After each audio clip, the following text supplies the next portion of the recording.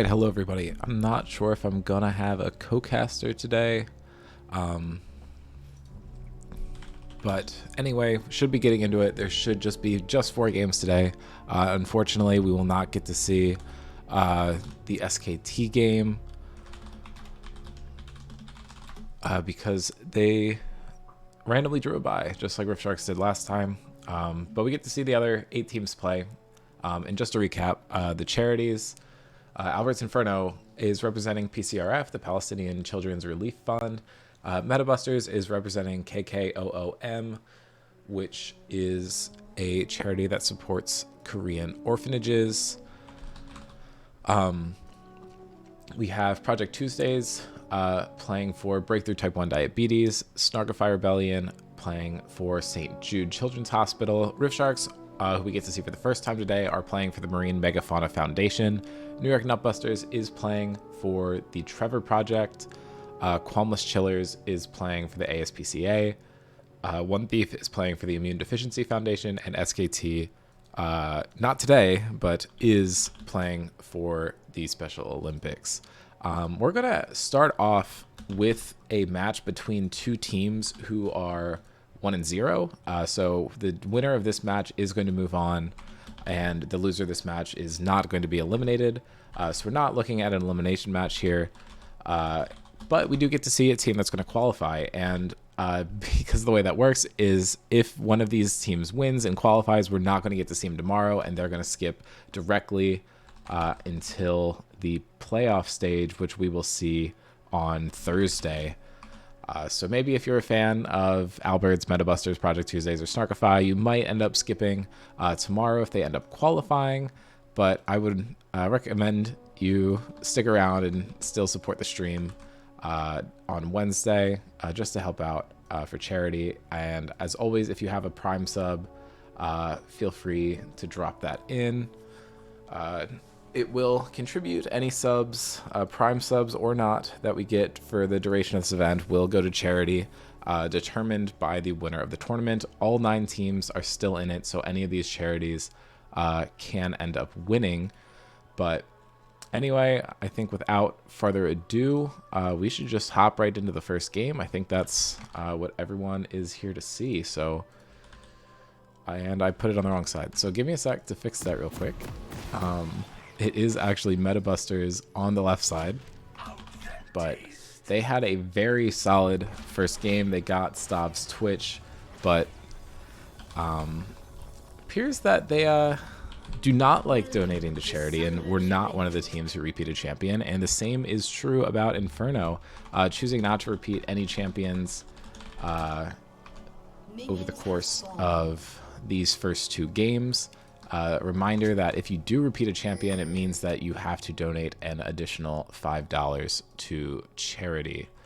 But we do get to see the Singed come out from Lispy. It's a bit of a different flavor than what we saw from him yesterday. We saw the Garen come out, and we get to see Albert on Wukong, Omar on Katarina, and Rift and Draco are playing Neela Leona bot lane, which is super fun. I think that's pretty interesting. Not something that we've gotten to see out from them before, but should be exciting. And then Stav and Kathy are on Vayne and Lulu. I think this is Giga Comfort. It's obviously not as comfort as the Twitch is, but I think this is still something that Stav should be able to perform on. We see Fujer swapping over to the Twisted Fate. Fun skin choice, looks good. And then we have Hadiri playing the Jarvan, and Korn's actually on the Kayle this time. Something we saw Dave do pretty well on yesterday, so we'll see if Korn has the same level of success here.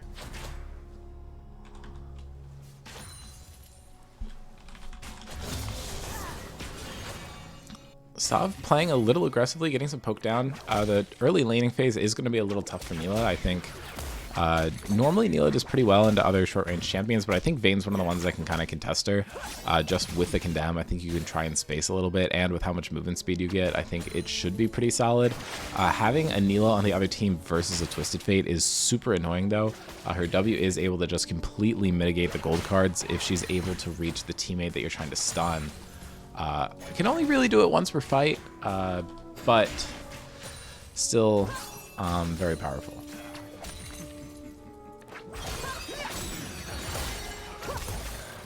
Fujer getting Omar super low here.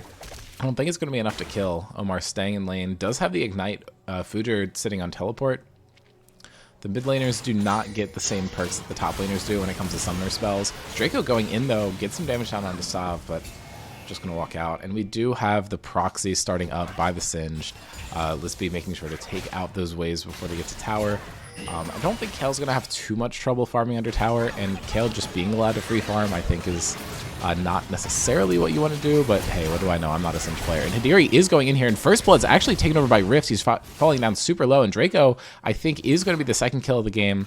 I don't think there's going to be an angle to flash out there, but well played to Rift. I think that was a pretty tough play to make out. You have the Jarvan flashing on top of you, and that's 3 sums expended by Metabusters in that play, and they're only able to get a 1-for-1. Which is not really what you're looking for with your first jungle gank, especially on a strong early game champion like Jarvan. But Omar's just going in. Fujer gets ignited, and yeah, no flash required from the Katarina. Fujer not even able to get his off. Hidiri looking for maybe a counter kill in the mid lane, but Omar not scared at all, just dashes right back in.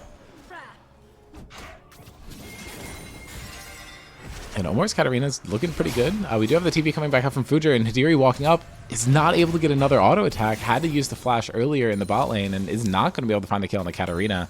Omar a little lucky there, but we can just say it's calculated. Fujer does base for the call and comes back into lane. I think he's hoping to have maybe a slower lane, but not building any defensive stats means Katarina should have a pretty easy time against him. Lispy trying to find a fight onto Korn here, getting a lot of damage down from the poison. If he still has flip, I think that could be a kill, but Korn just pops the flash. Makes sure to keep himself safe. Lispy still does have double sums, so that should be something to watch.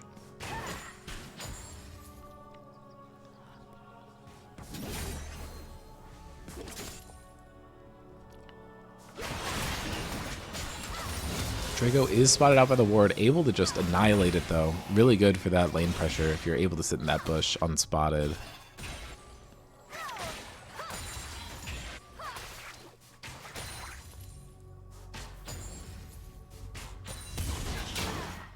Draco flashing in, looking for the play, is not able to find it. I think that was probably just the Hex Flash. I think the real flash was expended earlier in the lane. And Albert is here to maybe help set this up. Albert had a huge game that we got to watch yesterday. Fujer able to find a stun, not under tower for Omar, but does get a lot of damage down, and Hidiri realizes that it's probably too far for him to be able to make a play there, and he's just going to back out. Yeah, Omar's playing super aggressively here, getting a lot of damage down, really just trying to get the wave in and then maybe look for a roam, but Hidiri finds him and just goes in. The Twisted Fate ultimate's popped, but not needed. Lispy looking for a kill onto Korn though. The Kale ultimate comes out, and maybe Lispy's has enough left to get him, and he just flashes and gets the kill under tower. Good solo kill onto the Kale, trying to put her behind, which is definitely what you want to do, especially with how many levels you can get on the new patch. But Jarvan just sitting this bush here. I think Rift could be in a bit of a rough spot. Cataclysm is not available yet. Hidiri's still sitting at level 5, but what they don't know is that Wukong's also here, so this could be a bit of a risky play. They're able to spot out Hidiri. Draco goes in immediately, but neither jungler has the ultimate available, so I don't think it's going to be too much of a play here. Stop getting a lot of damage onto Draco. The 3-hit passive from Vayne is starting to bite.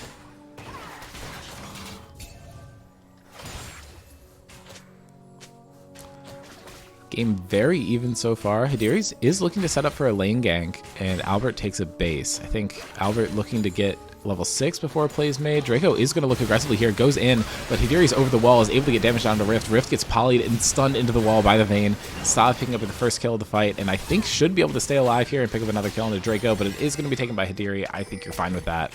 Share the wealth a little bit. Looking really good for Metabusters here. Strong start to the game. And I think they should be able to get the first dragon as well.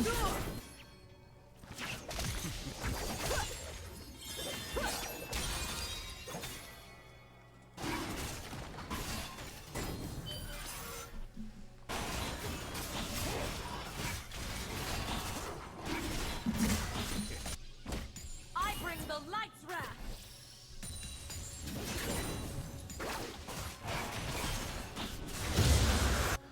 Yep, and they are able to claim the first dragon and have about a 700 gold lead right now. Korn looking for some damage, but Albert's in the area. If he's able to gap close onto Korn, this could be big. is going to dash in, take a tower shot, just to get some extra chunk damage down to Corn. The ultimate is not available for Corn yet, so I think this is actually a super valuable play here, getting him in even more danger.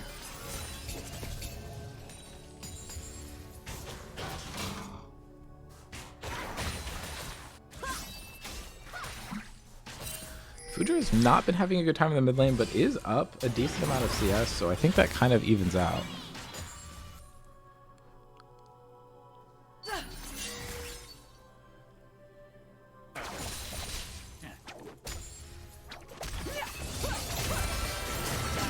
And yeah, Omar just dropping the ultimate, goes in, flashes exchange for each other here, and I think that actually means that Fujer is going to be able to survive, and Hidiri picking up the trade kill. This is what they tried to do last time, weren't able to get it done successfully, and there they go. Looking good for Metabusters here. They accelerating their lead. They have a 1.1k gold lead, have the objective advantage, and I think they might have a better shot at getting grubs, with Hidiri being 3-0 and 2 as full kill participation in this game. Rift has dropped the W, so if Stav's able to get in and get some damage, there's no way for Rift to block it. Draco dropping the stun down now, but I think Metabusters are just going to try and push in this wave and then get some damage onto tower. There's a lot of crystals there, so this might get 2 plates with a single auto. But they walk into tower range, and Draco with the stun onto Stav, but they're not really able to punish it. Stav, so much damage here, and Rift taking a bunch. The level up is going to help a little bit. But Lispy's here with Albert, and that could be enough to turn this fight in the favor of Albert's Inferno. Fujer has entered, but gets immediately knocked up, and Korn dies to start the fight. Has ultimate up still, and Fujer just getting taken down as well. Hidiri trying to get away, but gets flipped out of the flag and drag by Lispy, and he's just going to be taken down as well. And this is a 3-0 swing for Albert's Inferno, and I think they might be able to just take the grubs off the back of that. They already had one of them, and I think they might end up 2-1, but the fight is coming out bot. Rift able to find both with the ultimate. Stav falling down low. Rift popping the barrier, and it might be enough to keep him alive. Draco going in is looking to find the kill onto Vayne. Vayne has no mana remaining, and I think Draco's just going to try and force it, but this could be a double kill coming out from Stav. The shield coming out from Lulu to keep Stav alive just a little longer, and Draco's actually going to be able to live. Not the best. I feel like they win hard at the top side of the map, and they're losing out a little on the bot side, but at least you're not losing both members.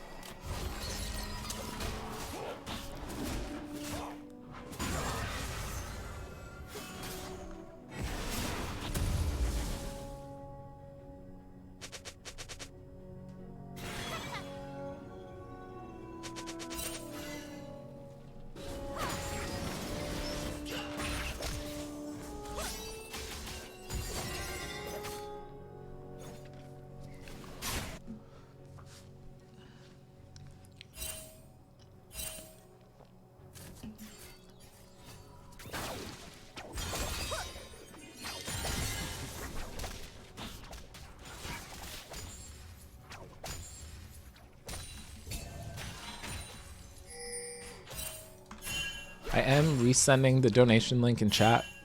Any donation or sub or anything you make will pop up on screen. Normally we don't have the interaction going, but if you want to be memorialized on a Scrim Zone stream, feel free. And Omar and Fujer are fighting here. Fujer dropping the gold card, I think, is just going to dissuade Omar from going in.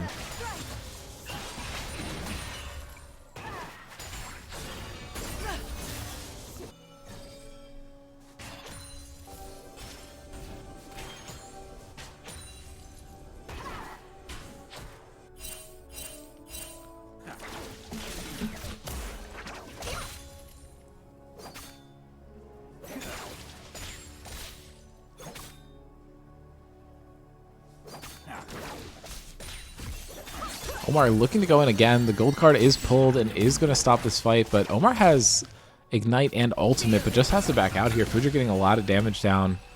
The Vroa is completed, not fully stacked. That will come to play later in the game. Lispy looking pretty aggressive here. Hidiri taking the Scuttle Crab on Vision. But Albert's looking for a play mid lane. The pings are coming out. They're aware of it, and I think Fujer is just going to be able to walk away. Worst case would have to burn ultimate, but I don't think he's getting caught by Wukong there. And it looks like this is going to be another dragon going over to Metabusters. they've been able to reclaim their gold lead, and I think pushing the advantage with the dragons is going to put them in a pretty solid position. And they have a lot of scaling on their team, obviously, with the Vayne. Thank you for the tip. And then I got 167. Good job. Okay, and fight is breaking out here. Rift caught out immediately, and I think he is going to be taken down. Stav able to find a kill, and Draco is just getting gunned down, but is not going to fall.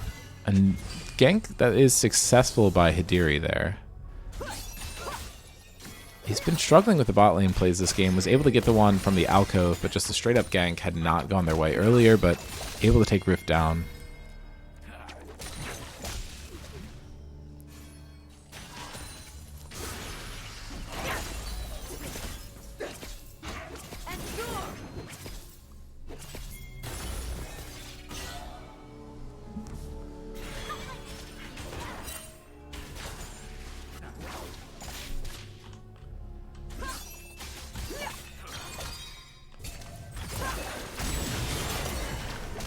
Omar looking for a kill and is able to find, is able to blink back out of tower range. Hidiri's looking to hunt him down, but Omar actually able to get out with the flash. Jarvan had to burn the flash earlier in the play, so did not have his own. Lispy looking to take tower down here and then maybe look to run down Corn, but I think you're just going to take the turret. Corn appropriately walking away, making sure he's going to live.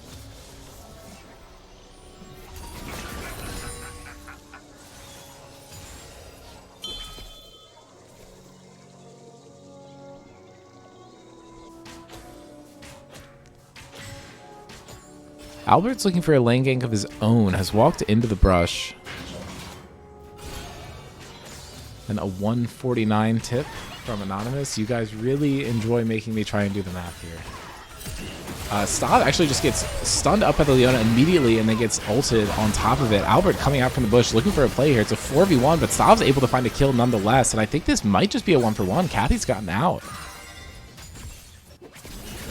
We've committed the Katarina and Wukong both bot lane, and to only get a 1-for-1 out of it is pretty disappointing, to be honest, but really well played by Stav to be able to find that kill. Really solid condemn, taking Rift, pinning him against the wall, and getting the damage there. But now Omar's come back into the mid lane, and Draco with a really nasty angle. This should be trouble. Fujer's able to get a stun down, but Katarina's able to buffer, getting some damage through. But he's pathing right into Hidiri, but Omar able to dodge out really well. Albert is here, might be able to find a kill onto Fujer, and I think Hidiri... yeah, Hidiri might end up dying here too. Is going to dash away, but Lispy's here to flick Hidiri back into the rest of the team, and I think that's going to be another kill. That's 2-0 exchange for Inferno here. Every time Metabuster seems to have a good play going their way, I feel like Albert's counters with like a big skirmish. As soon as the Singe get involved, it gets really rough. Lispy's up like 45 CS on the kill. And Corn has hit level 11, but I think he's just struggling to be as relevant as the Singed is around the map, especially with the double mobility spells.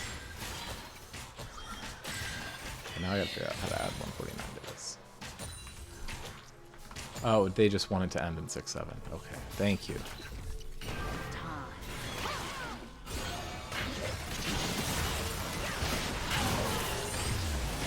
I think Rift is going to end up dying here again, and Fujer's here to help them take down the other kill, and now they're evening it right back out. It's going to be 10 kills apiece.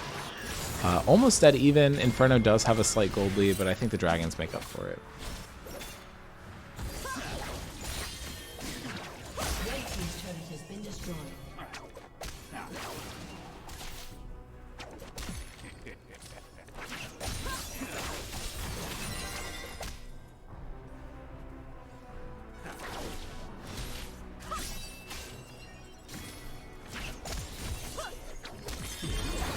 Omar kind of dancing around here, does have Ignite and Ultimate available, but got chunked out too much by Fujer, isn't going to look to force it.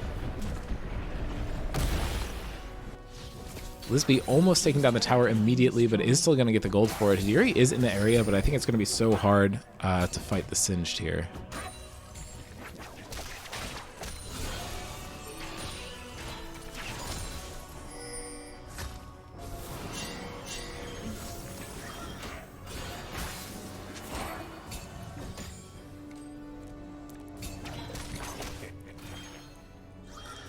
Metabuster's looking to kind of take over control of the river. Look for the next dragon. It is spawning in about 5 seconds. This could be a really big angle for Albert's Inferno, though. They have so many AoE ultimates, and I think the like Katarina Neela Wukong combo I think could be really big here. Fujer needs to look for a pick, and I think keeping Stav and Kale alive is going to be really crucial this fight. Luckily, I feel like with Lulu and TF, you have a pretty easy time doing that. I just worry about the Neela W. Looks like Metabusters is just backing off and conceding some ground here. Inferno might be making a play. Let's go for the dragon, but no, Draco going out is going to find a stun onto Cappy. You can't really peel yourself when you get one shot. That actually was onto Stav. I did not see that correctly. But Korn falling down super low. Omar able to keep himself alive and is now looking for a reset onto Fujer. Is going to be taken down finally, but Kathy killed in return. It's a 3-2 in favor of Inferno so far. Fujer trying to run out, and Hidiri ended up split on the other side of the fight. Fujer is able to get the gold card off in time, but I think Lispy's just going to be too fast. Is just going to get Fujer taken down, and I mean, I think Lispy's just too strong here. It's 4-0 and 5. I don't know what you do against this Singed.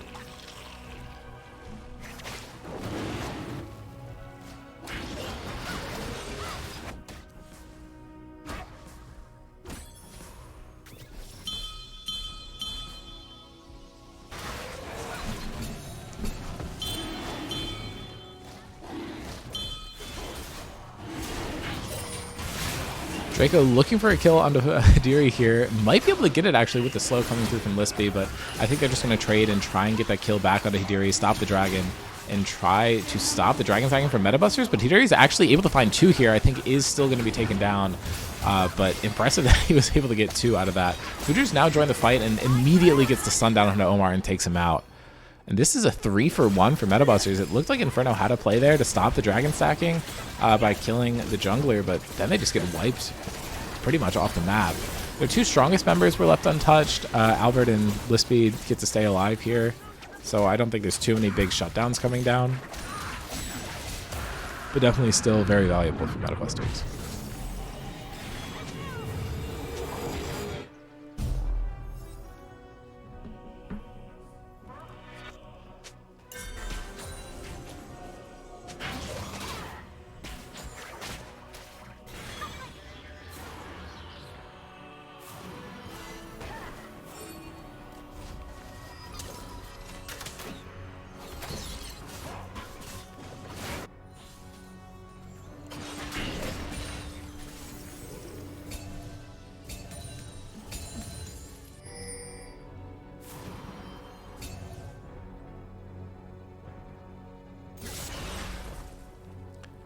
Looks like Rift is going to be able to take down a tower.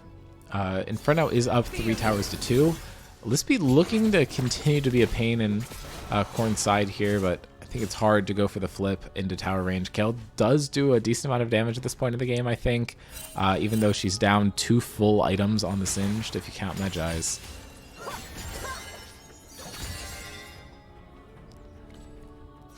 This game is still very even. I think the gold lead for Inferno does cancel out the dragon stacking, each dragon being worth about 1,000 unless they've changed the math on that anytime recently.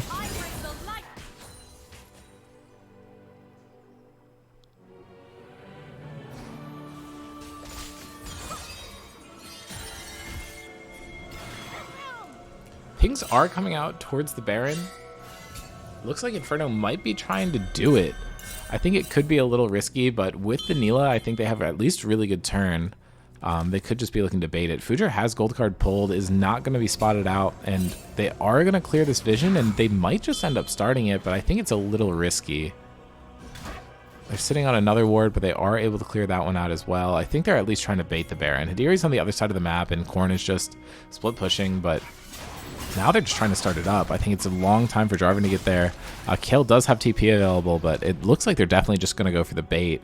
As soon as people show up, they just immediately walk off of it, and they've gotten the Twisted Fate ultimate at the very least. But Korn is just getting the free hit tower. Lispy is dropping the free TP that he got for completing his quest, and try to chase the Kale off of here. If he burns the ghost, I think he might be able to find the kill, but not really worth risking it. You're just going to keep your tower alive. only 2 of the plates were taken.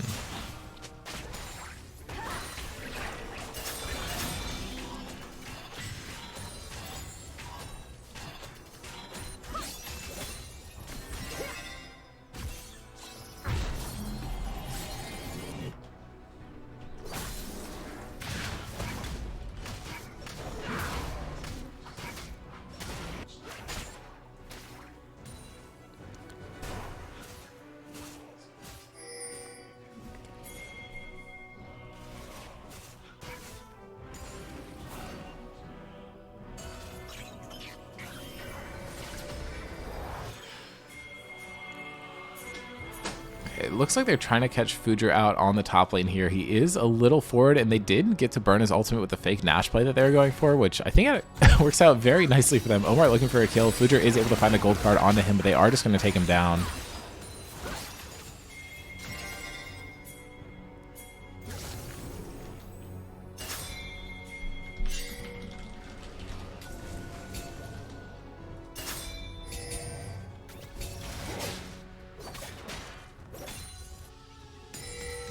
Hello, Alec has helped me out on the cast here. Lispy is just immediately going to flick Stav into the team. Corrin with the Kale ultimate to keep him out, and Hidiri with the 3-man Jarvan ultimate, but I think Stav is still going to be taken down, and the Neela ult finds 3 of his own, and they just immediately wiped 4 members of the team, and it looks like Lispy is hungry for blood, is going to go for this 5th kill, as the rest of the team does just run immediately to the Nash. This game felt pretty close, but I guess the team fighting from Inferno just there shows that it wasn't. Or just that Stav needs to position a little better. It was a good engage coming out from Draco, and then obviously this Singed has just been running the game. I mean, yeah, I just got here, but it looks like this game might just be completely wraps. The Singed is like 6-0, and he's gonna like base. He's gonna get a Rabidons, and Fujer is gonna get a kill here. Gets the solo down. I don't think he's gonna be able to stop the Nash though. It was pretty close up until this point, but they just got a 5-0 ace, and I mean, Fujer getting a kill on the back end of it is fine, but I don't think it helps him that much. Yeah, I mean, this game looks completely. It looks completely cooked. I mean, they have Baron. I don't think it's really easy for like the Kale and like J4 to like defend against like sieges. It looks like they're just gonna be. Looks like they might just pick up the Drake here. Yeah, I mean, it might be their first Drake of the game. If Theory is able to secure the soul for them, that could be pretty good. Stav is trying to get a kill onto Rift here, but the W coming out from Neela just completely stops it. Albert should be able to get out here. I don't think they had vision of him, but I think they're going to be able to find Draco instead, and this might be Soul going over to Metabusters, but Lispy just able to burn down the Kale with the poison. So they get Soul, and I mean, they went 1 for 1, so that kind of evens the game back out a little bit. I think the problem is that you have no front line into Singed. All you have is a Jarvan, and Lulu can poly someone once. Yeah, I think it's going to be really important that, like, J4, you just got to save your ultimate for, like, Singed. There's no point in using it on, like any of the other champions. You don't really need a J4 ult to Leona. Katarina, Wukong, and Neela can all just dash out of it. Like, I think that's what they really need to focus on, is keeping the Singed just locked down. And honestly, really just protecting the Kale now in these fights is what I think you need to like try to like move towards. Like, even though it's only 2 items, like, you know, the top lane quests, she's gonna start like scaling a bit more, getting way more levels than like she could ever like ask for. So yeah. Yeah, I mean, Kale 16 could be impactful, and I think once Vayne gets a few items, it'll be good, but both ADCs sitting at 2.5 items, and Singed has 4.5, so I think he's definitely the most powerful character in the game. Both mid laners are sitting on 3 items. I feel like the ADC buffs that are supposed to help him itemize have not really done much for them this game.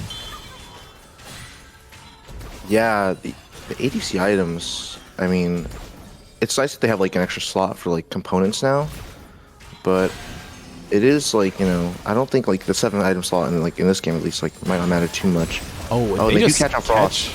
Yeah, I think that was Sidiri that got cut out in the ward here. Draco just getting gunned down. I don't think she's going to end up dying. The tankiness from Leona W is helping there. I don't know. The Inferno Soul is definitely helping with her damage a little bit, but I feel like Leona's the one target you're not going to be able to burst, even with all of you proccing Inferno Soul on her. Yeah, it's gonna be really important. They just need to like play. I mean, it's really hard. Like they have like the red side has just like a ton of ways of dealing with like the Vayne and like the Twisted Fate. Like they just have like an insane a lot of like burst, a lot of like engage as well. It's like really hard for them to play in. Looks like there might be a pick in the side lane here onto Future. Yeah, I mean, if his W cooldown's low enough, I think he might be okay, but I really don't think it is. He's just getting run down. I think he's just going to burn to poison. The TP comes out from Kale to try to do something, but it's kind of just a complete waste. Polly. Not really doing much. Looks like the trade goes down anyway.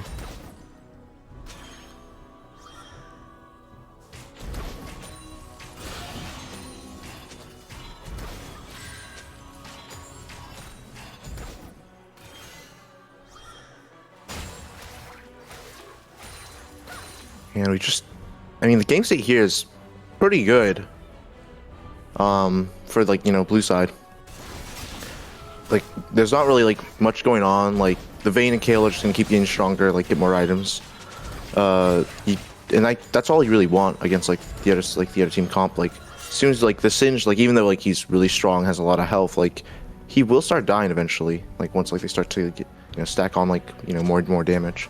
Yeah, and I think condemning gold card should be able to keep him at bay. I think the fact that Metabusters got Infernal Soul is helping them out a lot. If they're able to use that burst damage to help them kind of snag the Nash or the Elder Dragon here, or at least stop Inferno from getting them, I think it should buy him enough room to scale up.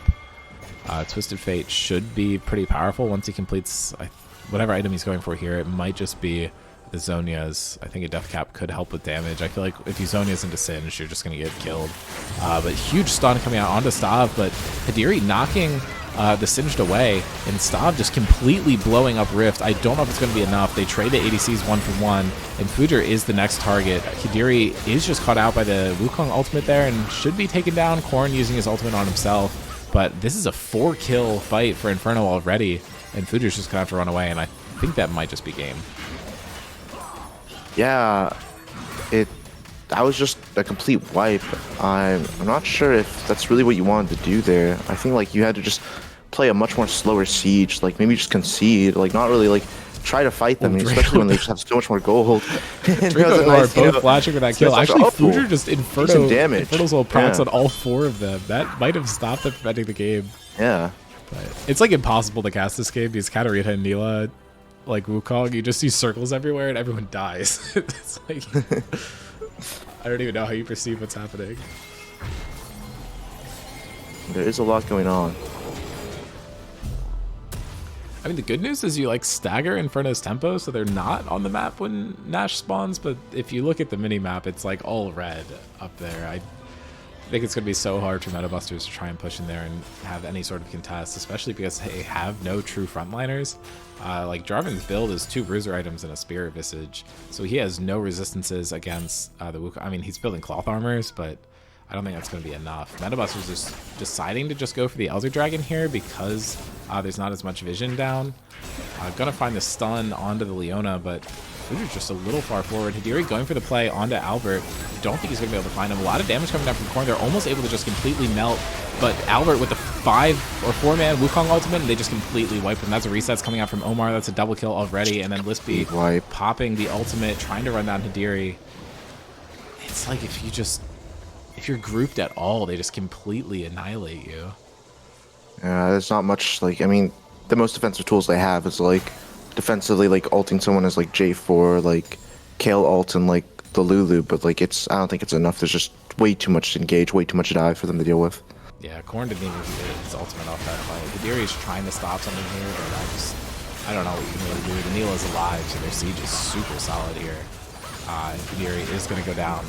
So congratulations to Alvarez Inferno. They are the first team to qualify to the bracket stage, which means that we don't get to watch them tomorrow, but the Palestinian Children's Relief Fund will be participating in the bracket stage of this tournament.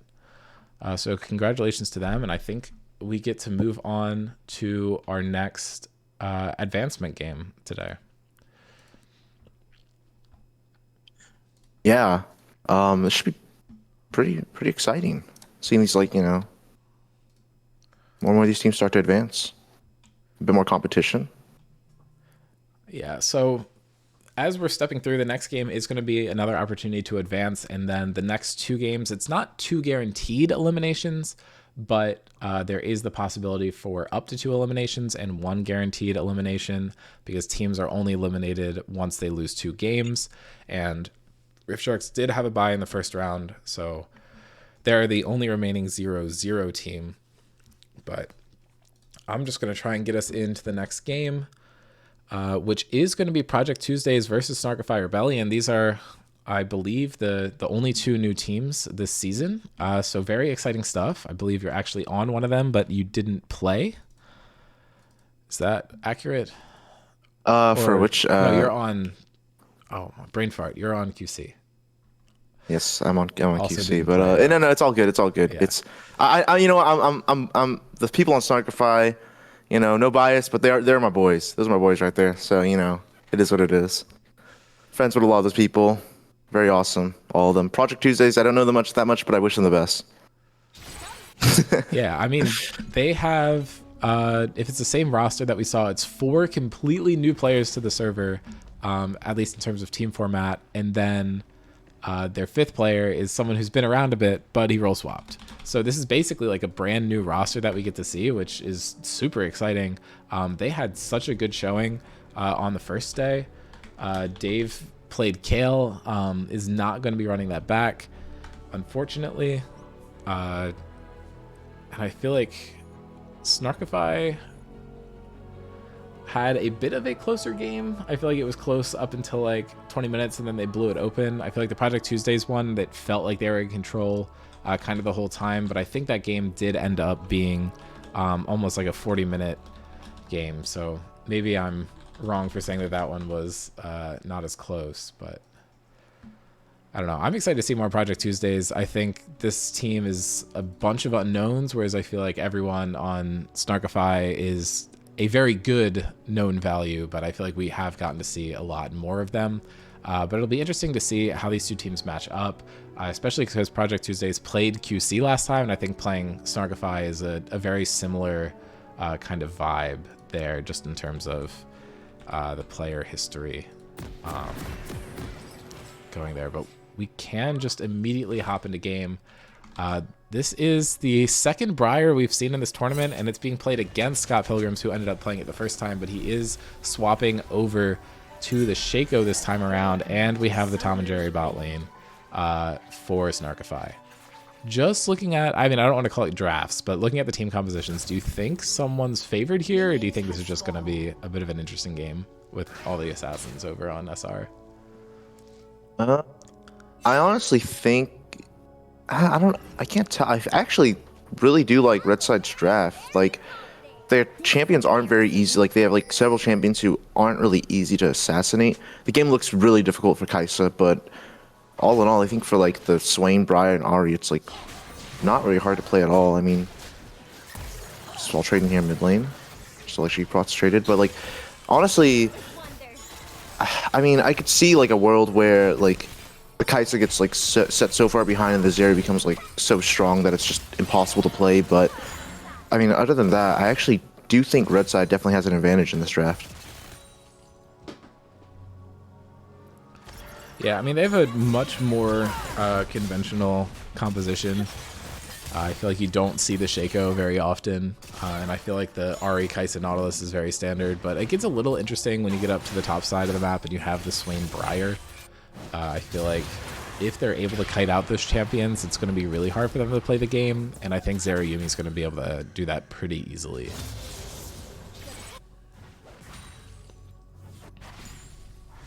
Yeah, I think the really big thing here though is that that basically they're just gonna have to, like, you know, it's basically kill the Ari, kill the Kaisa, like, you know, don't like have like, you know, the weak side top like get too far behind, and like just try to play it out from there and keep Zeri alive. I think as long as like you're like playing to like those conditions for the side of Snarkify, like you can like get an advantage.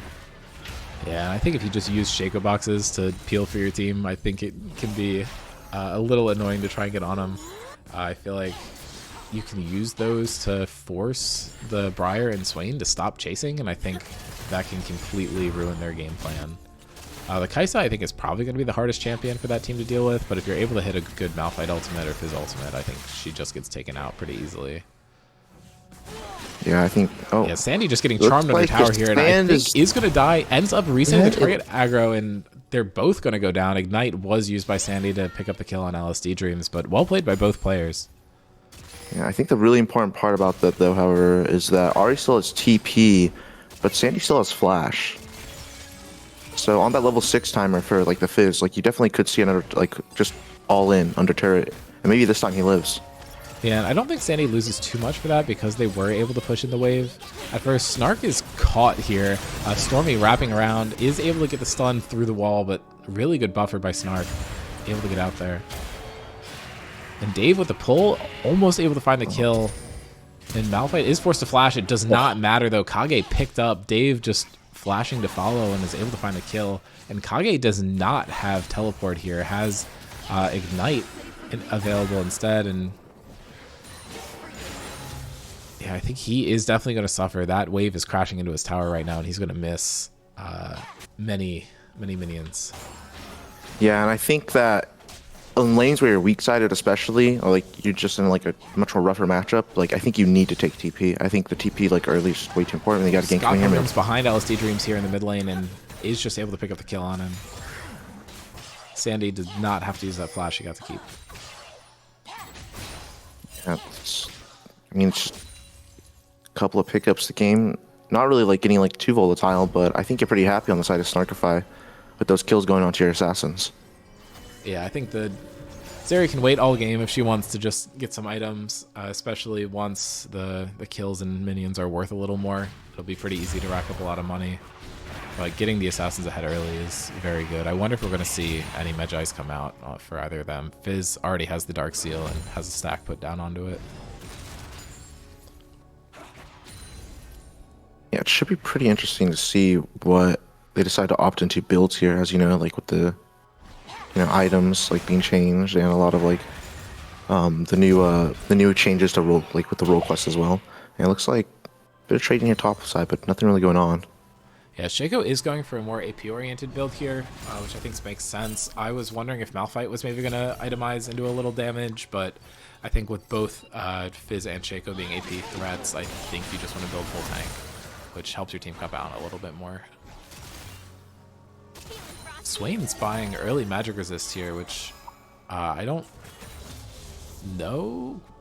I guess enough about Swain top to know why you would do that. I feel like normally I would expect like a Roa or more of a tanky magic build, but maybe I'm just not a knower. I've seen a lot of like different Swain builds. It's like sometimes you can go like the Roa, sometimes you can just opt into Blackfire Torch. And sometimes you can just like, if your team already just has the damage and like your job is just to be like extremely annoying, like you can just, slam like, I've seen like a Kanik into like a Rylai's. Oh, like there's just a lot of like, a lot of interesting things you can do. I don't know if interesting is the word I'd use, but it seems like that's definitely what he's going towards. Does have the most farm in the game. LSD Dreams has popped the ultimate, is trying to keep himself out here. Snark taking so much damage and just gets jumped on by Stormy. Stormy is probably the player in this tournament I know the least about. I don't think I've seen a single game of theirs yet, but Stormy had a really good game on the Malphite that we got to see yesterday, and starting off really good on the Briar too. Yeah, just path bot, like get this Kaisa like in a much more like comfortable spot to play the game. Like try to get her to like her like at least like her first item, like so that she can like start to like really start to do DPS. Looks like Scott baiting really well with the clone, is trying to drop the box over, but was just a little slow. Gets a lot of damage put down onto the members of Project Tuesdays, but not able to find too much off of it. Yeah, I think this game is advantage over to PT here. Yeah, I think this game is really about gold. Like, it's weird to say, but like it's so important. Like currently in like current meta, like it's like the towers they just like melt due to the corrosion. You get so much money like if you like win lane basically, because your role quest a lot of time like on like Sun Champs is just going to give you more money in general. The turret plates like just fall so quickly. You can get so many turrets and just be like completely scaled. And with like so many more minions to farm, like the gold Fatal comes sooner. flashing forward is going to just immediately burn the ultimate too. Yug getting a lot of damage down here. Still has the ultimate to follow and is going to use it after this area goes over the wall. But Scott Pilgrims is here, is going to get the return kill, I believe. Follows up with the Q, and Sandy is in the area, is going to flash to steal the kill away from Scott. And they get the Fizz ultimate landing onto Fatal, and I think they're going to get this kill too, which should even out the game at 4-4. And the Shaco Box is able to secure another kill for the Fizz. That's 7 cumulative Darksteel stacks given over to SR there. I love that they're fighting over the kills. It's so fun. I love some good Darksteel competition. Getting more and more kills.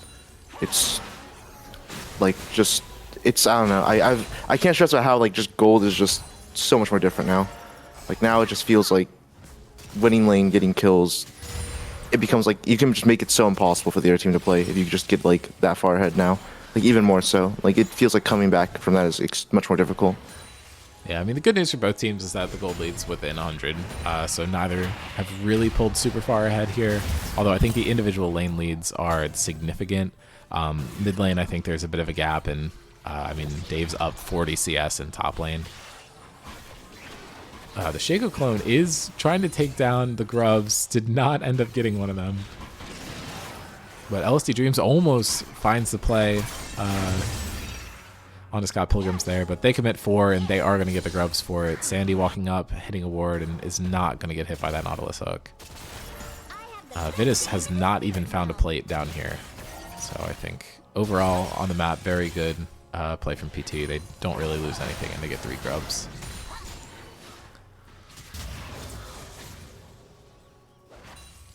Yeah, it's just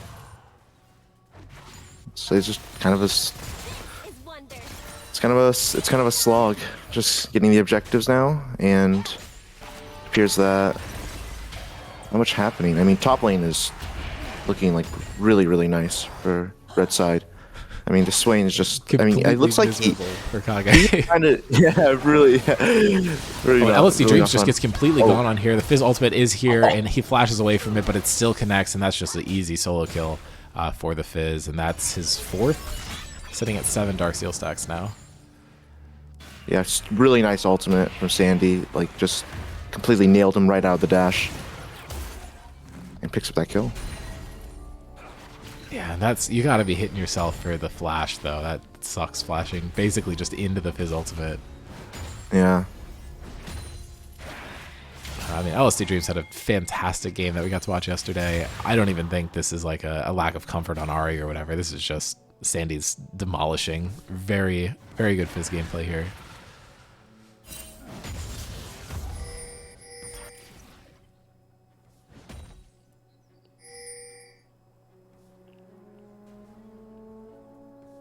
It's like Dave is just filling up his inventory though. He has a lost chapter. Curious to see what he's trying to build then exactly. Because I was actually expecting like a Kanik, and then like maybe like then he starts like building like some AP, but it looks like he's just stacking up like I guess like it's just he wants somebody to like I guess dissuade the mana problems that he's encountering. So there you go.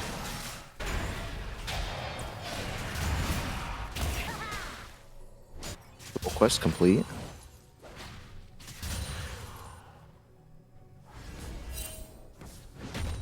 I think they're looking for the dive here. Stormy is going to get the stun off immediately, but does get ulted and gets forced to go back into the tower. And I don't think you really wanted to get traded there, but they are going to force it down, and Dave might be able to get another tower plate. I don't think he's going to be able to get the tower, but that is what they got in exchange. They get a 1-for-1 on the top side and tower plate in exchange for giving up the Dragons. So the Dragons are going to even back out at 1-1. Don't think Fatal has any way to contest this. I think that if you're Kage, I think you're completely fine with that outcome. Like, Oh yeah, that's when you sit there and you're like, got him. yeah, Like, yeah, you're like, laughing into your mic right now. you're like, oh man, I'm just getting completely like, you know, like this lane is just not it at all, and like, you know, the jungler just comes rewards you with a kill. Yeah, I mean that. I feel like that's the trick to Briar. I like will never even try to play that champion because I know I'd do shit like that, and I'd like it would just live in my head rent free. Yeah, it's really easy. Like, you know, you try to like walk up, like E them like into the wall, then you're like, oh man, and then you just W and you're like, oh wait, I don't have E. I feel like you just gotta have like a good mindset to be like, oh well, champ's fault, not mine.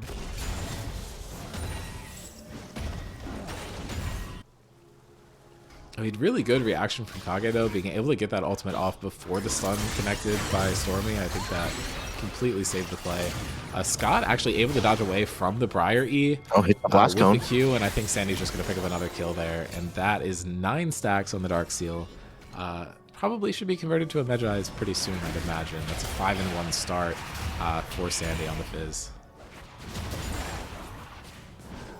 And yeah, I think this game is gonna be really like, it's gonna start to get really difficult because, like in the ideal world, like Fizz like would come out of lane like slightly behind because it's kind of difficult for Fizz to like normally play the lane, like especially like through like the early levels, but it looks like Sandy's just gonna be coming out of lane like really strong. So like I'm curious to see like in the later team fights if he's able just to completely just annihilate. Oh my gosh! And Sandy just hits the blast code and goes into tower. He still gets the know, kill. Oh my god! He has Sonya's. Oh, I think he's dead though. Anyway, wait, he might not be. He's out Q. That's so criminal. Dodge it. Oh. Does he have anything left? Again? Oh, he doesn't have it. Oh. He got the 10 stacks on the Dark Seal and then immediately falls. Snark has dropped the exhaust down onto Yug and has burned the ultimate. I think he might still end up dying. Pressure is on Yug to outplay this. The plasma stacks are all the way there, but I don't know if he's going to be able to get close enough to get enough damage. The Zeri ultimate's still going down and they're able to trade. Now it is going to be some Mortal Kombat, and I think the Nautilus is going to beat out the Yuumi there. Really good plays coming out from Project Tuesdays here. I feel like they're able to mitigate a lot of the aggressive plays SR is going for here. Gold's just back to even, and Dave's able to get away from that pretty safely. Much better use of the blast cone than whatever the fuck we just saw from Sandy, but I don't even think I'm allowed to judge. He got the kill, so. I mean, he did get the kill, almost lived, you know. That was absurd. Maybe if he had like a bit more like mobility, he would just like not get like, he would be able to dodge the Briar ult, but it just hit him right on, he got hit right on top of it. Didn't have E again, so he was just not very long for the world. Yeah. That was absurd. That might be the craziest play we've seen so far in this tournament.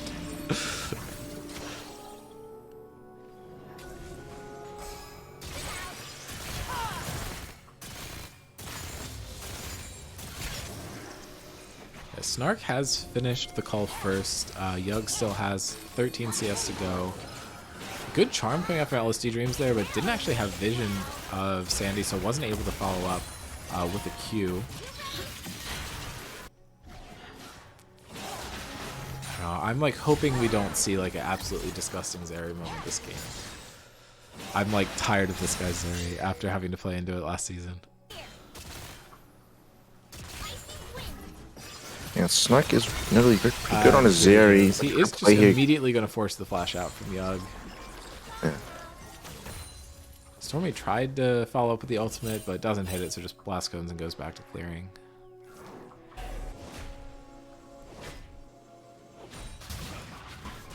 You know what you want to see.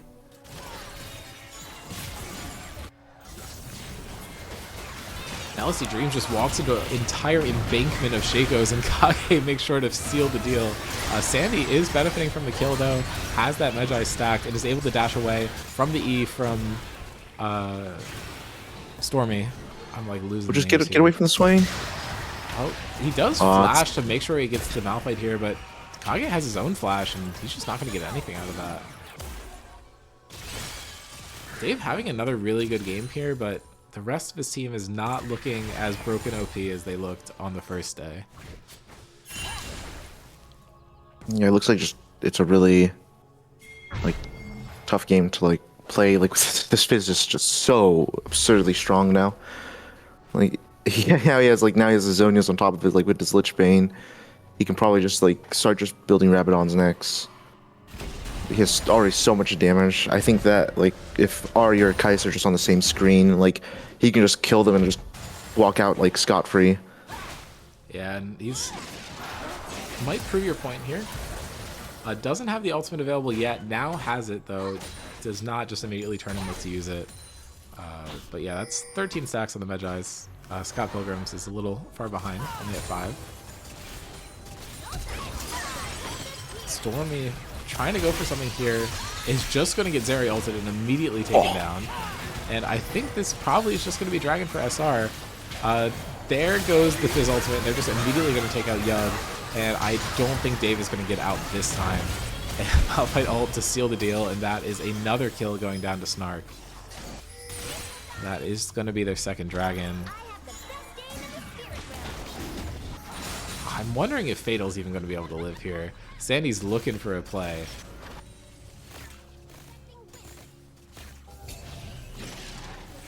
Barely misses the charm. He threw it in the right spot, but didn't know. And now Sandy going over the wall immediately into a Nautilus hook is not going to get knocked up because he's able to immune it. Riot ultimate is connecting onto Snark under the tower, and he's just able to dash over the wall and avoid it. And I think the exhaust, oh, if the Yumi Q hit, I think he dies there. But Scott Pilgrim's going over the wall, is going to use the Q, try and chase down here, but it's a little safe. Sandy almost falling down to the Ari. I mean, if it feels like Snarkify's just getting everything they want. Like they're getting these Drakes now.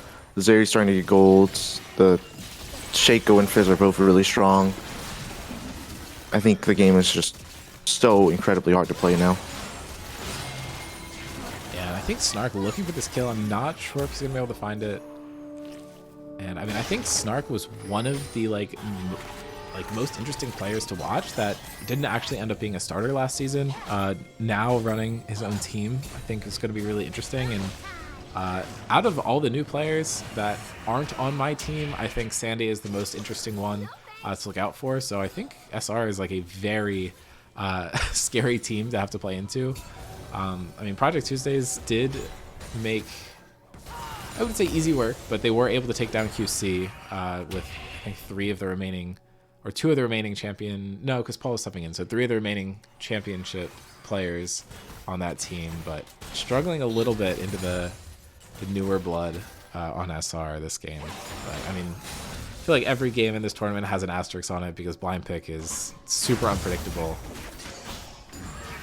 So it's, yeah, it's hard to know. I think for blind picked, it's like you just want to like really focus on like not really what like the other team's gonna play, but more so like just combos and champions that like function like really well together. Like I think that like picking like things like Malphite, Zeri, and Yumi for like team fighting, and then just having like 2 assassins is pretty good. I think Red Side's comp was like good as well. Yeah, I was but gonna say, I think I definitely don't think they're losing to comp here. I think they're just getting out fizzed. Like, yeah. I don't really know what to say.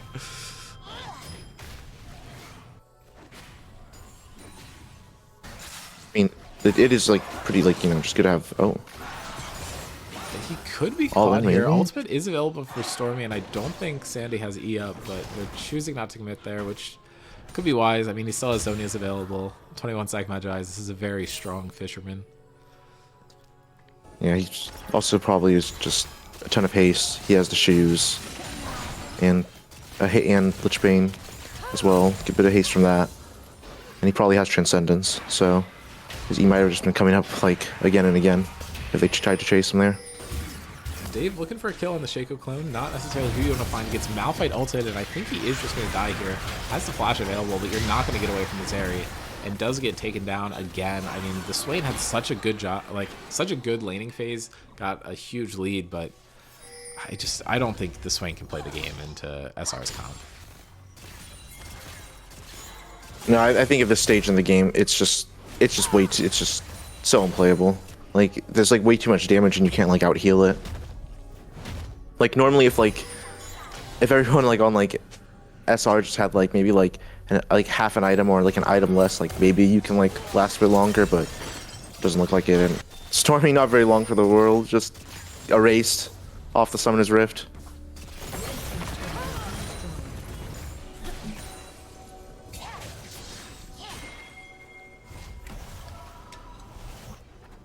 Yeah, I mean, I think this game is way more sealed than the other one was. Like, I feel like the other one, it's like you're playing down 5k, but you have Infernal Soul, and there's like opportunities for you to get back in with like the scaling upsides with the Vayne and the Kale. And I feel like Project Tuesday's comp spikes so hard in like the early to mid game, and that's happening right now, and they're getting slaughtered. So I think it's just a matter of time before this one runs out. But there's a lot of towers left on the map, and anything can happen still. It's a little rough.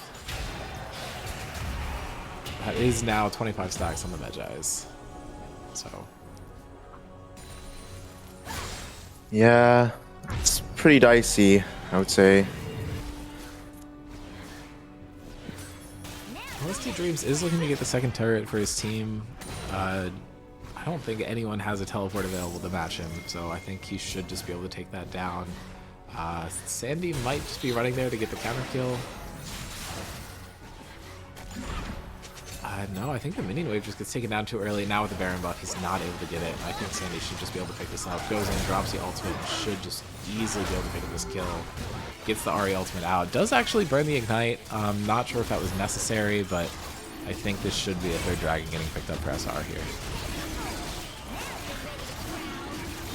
I mean, yeah, there's just not much really to be done.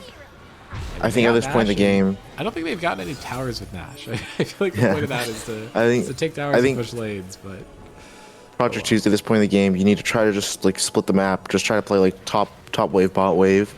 Try to get like some like unevenness like in the game to maybe make a play. Like, I mean, that's all you can really hope for is like that. Like, I think it's on. I think the onus is on just Snarkify, like Rebellion, just to mess up. They're kind of just hoping for some mistake somewhere. Like, I feel like in theory Kai'Sa could find a kill, but it's so like just demoralizing to play Kai'Sa from behind. That was really close, but Snark is just able to take it out. Has 4 summoner cells because of fucking Yuumi. And I think Sandy's just going to be able to pick this kill. Just drops the Zonias down, and I think Stormy's just going to end up dying. Really well played by Snark and Lelouch there to not end up dying to the Kai'Sa engage. Fatal played it really well, getting the CC layered. It's just Kai'Sa just does not have enough damage. Was down an item at that point.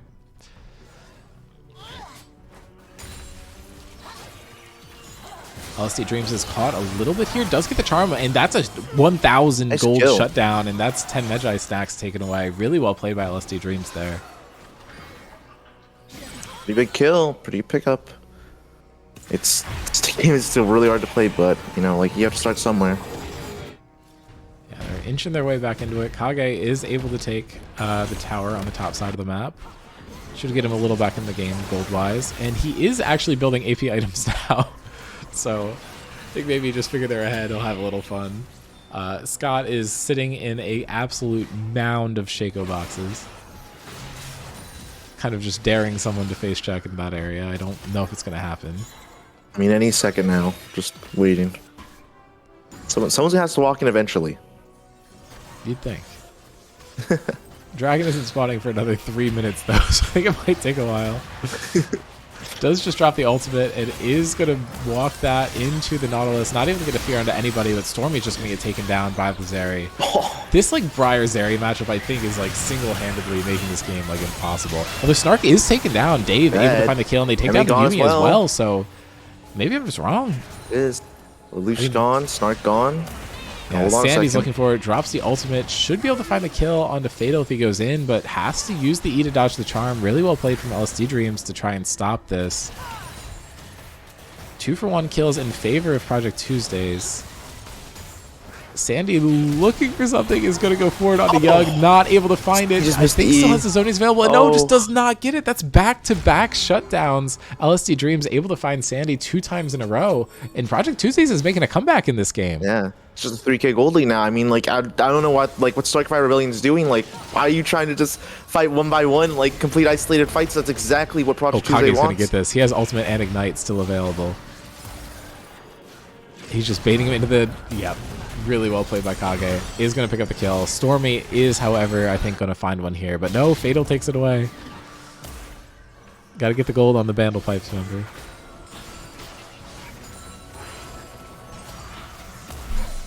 I think one of the really important things to do, especially as like this game gets like later and later, is just like setting up just like more like Shaco plays. Like baiting, like using like the Shaco boxes, like, you know, Shaco doesn't always have to bait people into them. Like when Shaco's on my team, I always try to like just play around the boxes, like let the enemy just like walk into them at like some point. So we'll see. But I think that a lot of this point and click CC for Snark is kind of annoying. Like the Nautilus Assault, the Briar like Q as well. Like it's a lot of like CC that's kind of like hard to deal with. Yeah, I mean, Nautilus is a really good counter in this area just because there's no real way for her to avoid it. It's not going to be as effective on the Shaco or the Fizz, but a very good tool to deal with the Zeri. LC Dreams' charms have seemed to be their biggest problem recently, though. Sandy cannot seem to get away with them, or if he does, it kind of completely screws his fight because he has to burn a knee for it. That's what my eyes are going to be on for the rest of this game.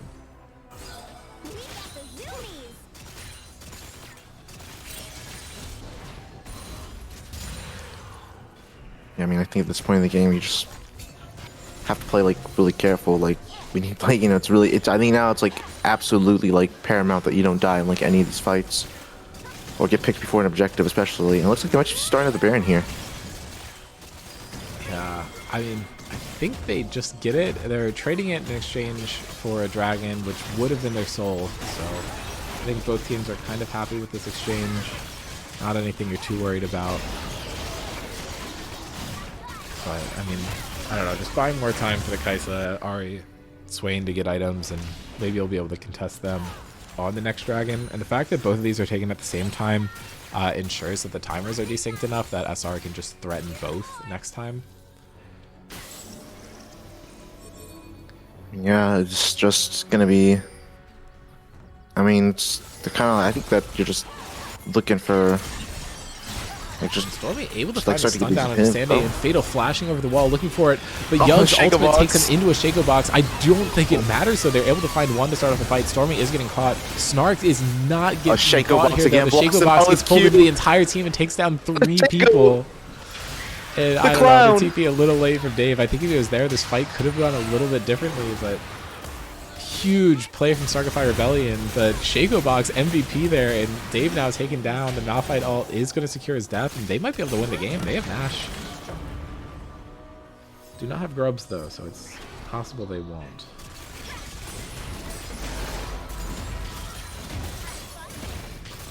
I mean, the Shaco, like, I think the Shaco boxes just completely carried that fight. Like, it just, like, Kaisa, like, dived in, instantly, like, dives right into our Shaco box. Nautilus Q would have hit the Zeri, like, possibly for, like, the Ahri, like, follow-up, but, like, just Shaco box again just blocks it. That was, so like... tilting. Yeah, so like, it looks completely so frustrating to play against.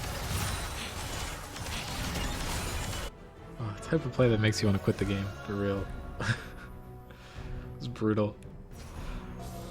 I mean, but, like, you know, hats off to, like, Scotty, like, just getting all this down, like, ahead of time. Oh yeah, I mean, like, he's had proactive. like Shaco box traps everywhere this game, and that is the one that just completely pays off and single-handedly wins him the fight. So I wouldn't say it was super skillful, but good use of his time. I think luck definitely factors in a little bit there.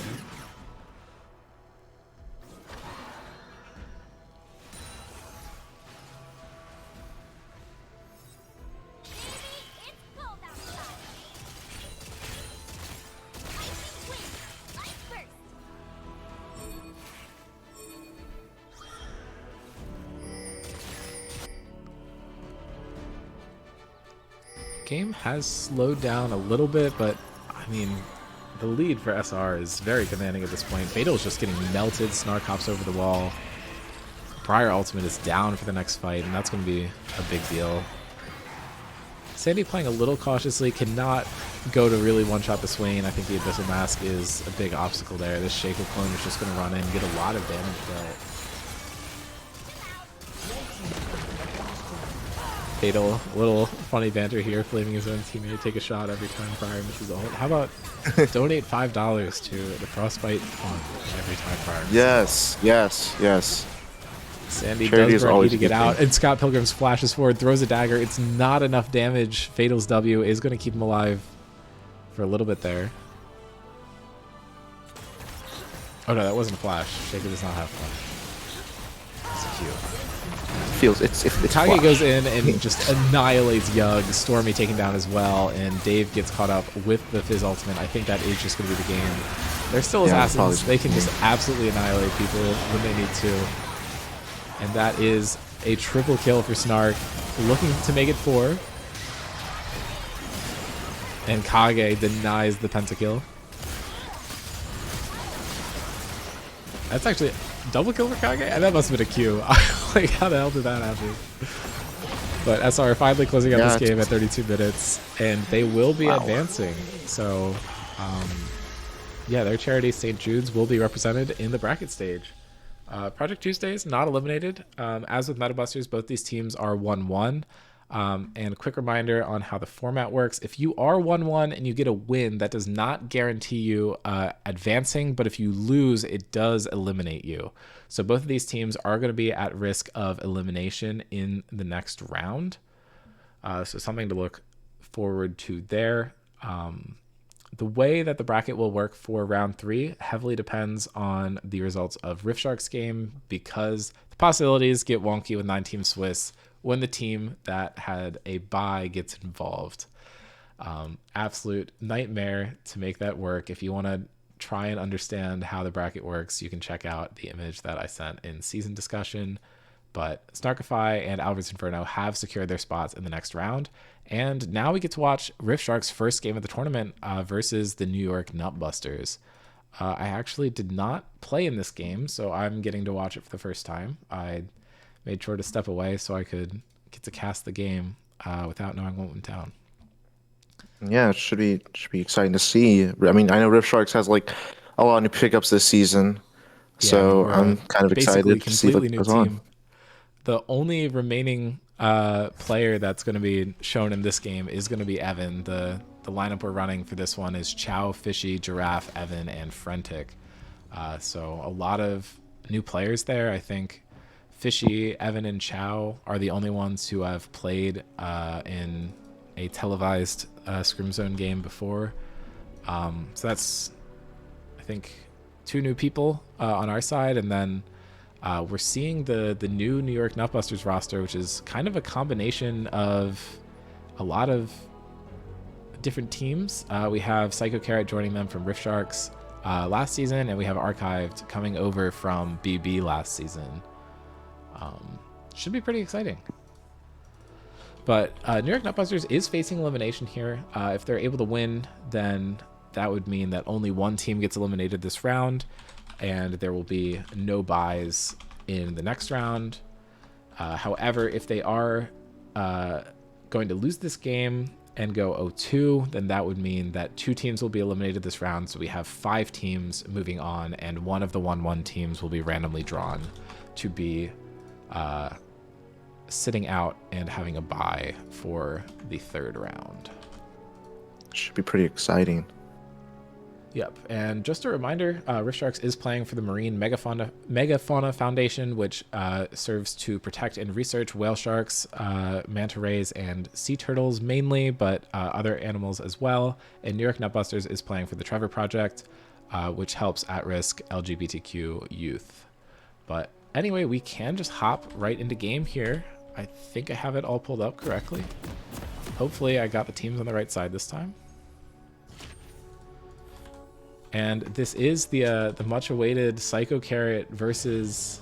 Oh, I gave NYNB a series score. They're not supposed to have one. That's okay. They can have their little 0 up there. I don't really feel like remaking this, but... Evan and Psycho Carrot, very, very dear friends, and they are going to be playing against each other in this game. We have Psycho Carrot in the jungle and Evan at ADC. We have seen these players play together on the same team for quite some time, but it's always a treat to get to see them play against each other. Carrot already promising to gank 4 times before level 6 to make this a little exciting.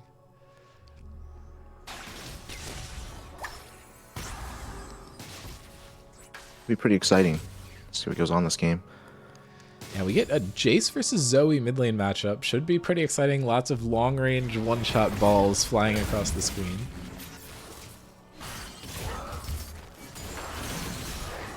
And we do get to see Fishy's signature Lilia pick. This is one I expect to not see very often over the course of the regular season.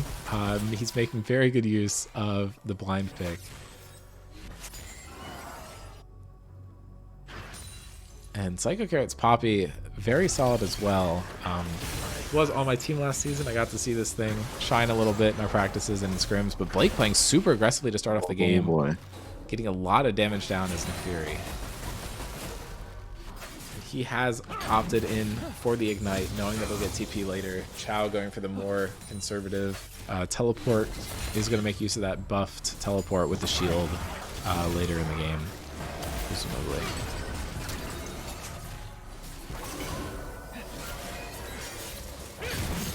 Evan in front able to find a stun. Drop the Ignite onto PB already. I'm not going to burn any other spells, but force out both of PB's summoner spells. Yeah, that's some nice early trading going on. Ooh, Blake taking two shower shots. I think that's really not good, especially if you really want to keep like pressuring this lane. Yeah. I mean, it should be fine still. He has the combat summoner, but yeah, we'll just say he was going to back anyway. Yeah.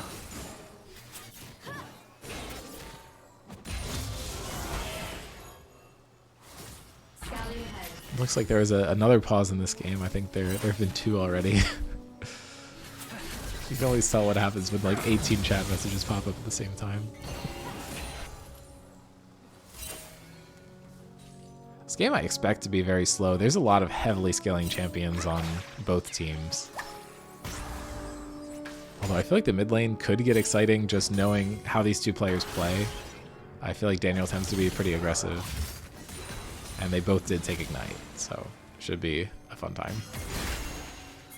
Chow gets the knockup, is looking for more, but Blake has the health advantage and is going to drop the Ignite. Chow has to flash out and I think should live, but that's not the summoner spell trade that you want to make. Yeah, I think burning flash against Neferi, to be honest, is not what you want to see. Play here maybe.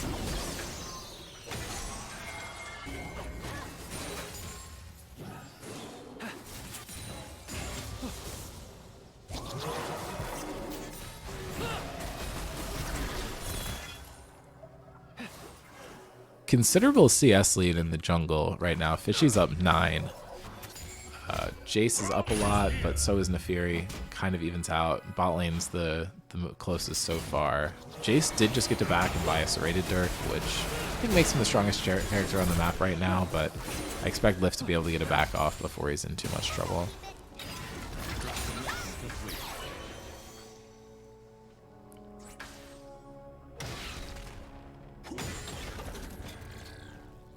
Yeah, not much happening so far. I'm surprised that like there hasn't really been a kill yet, especially when like, you know, this 3 Ignites being run in like the solo lanes.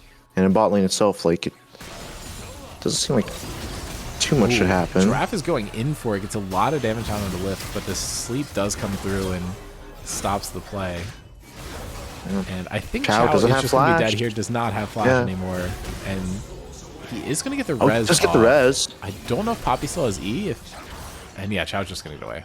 Fucks the hen, man. I hate this champion. That's so unfortunate. The steadfast presence like drops.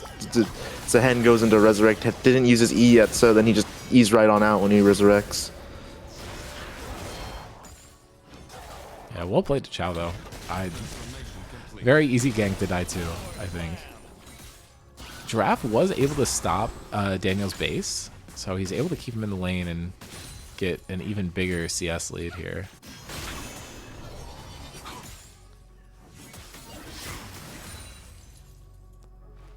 And Chow's been able to even out the CS, but Fishy's now pulled ahead to about 20 CS over the Poppy. Hasn't had much of a presence around the map. Poppy able to get out the revive cooldown from Zahen, but I think that's all Poppy's been able to do. And she is nearing level 6, and Evan was supposed to have been ganked 4 times by now, so not really sure what happened to that. You know, it seems to be just a decently controlled game state for now. Not much going on. I think that you have to really focus on like just going mid, honestly. I think mid, like solo lanes is like the place to go if you're gonna be ganking anywhere. Oh, Chow misses the W. Yeah, Chow is fighting like a whole pack of dogs up here and seems to be doing okay. If he's able to stack up the revive here, I think it's really bad for Blake. He still has the ultimate available. He's looking to get the kill without having to use it. Maybe wait for Blake to flash first, which he does. Blake still has the ignite though, so this could be good for him. Chow still hasn't managed to get his revive, and I think Blake is just going to get first blood. Picks up the kill there. Really well played. Was just kiting Chow, so he wasn't able to get that revive off. Yeah, really well played from Blake. If I think if Chow gets that ult heal, I think he actually up, though, and I think he is just going to be able to find a kill. Stalls it out and just drops the empowered shock blast on his face as Fishy takes away Carrot's top side. And I did forget to mention this earlier, but this is actually the only repeated champion of the Swiss stage of the tournament. Blake is the one repeating champs. Did pick the Neferi again, which I feel like he played really well in the first game, just wasn't able to convert it into a win. So Blake does owe the Frostbite Fund $5 for his repeat pick. I am deeply sad that more people didn't repeat picks. +5. Oh well. We are getting tons of donations either way, so it's not like the charities are getting robbed or anything. Giraffe getting a bunch of damage down onto Psycho Carrot, and a bit of anti-synergy there. The Poppy E Bubble causing goes wide. the Zoe E to miss, but Psycho Carrot is able to stay alive, and I think that's really what you want at the end of the day. Yeah, I think that that like if you just, I think honestly if like either like Daniel waits like a moment or Psycho Carrot just goes Blake slower. going in should be able to find a kill, gets the Oh. Q and just gets him with the auto attack. Evan walking forward, getting a decent amount of damage down, but now Fishy able to find the sleep onto Blake and just drops him. And there we go. Lilia with her kill, up 30 CS at 8 minutes. I mean, it's And the classic, has more like kill the participation than jungler, the mid laner come to your lane right after you kill your opponent. Yeah, the roams from Rift Sharks have been absolutely hideous this game. For the other team. Good for us. And Giraffe walking forward. The Ignite is available for Daniel, and he burns it as Giraffe goes in. And Carrot actually really good wraparound on the Frentic here, but I don't think they're going to be able to find the kill. Buffers his ultimate Really nice through the Bartle Nami and ultimate. Braum. Evan's looking for a kill, is able to kill his dear friend Psycho Carrot. Braum able to live, and Evan running forward is able to find the stun onto the way and just keeps autoing, looking to take Archive down, is able to walk away from the fear.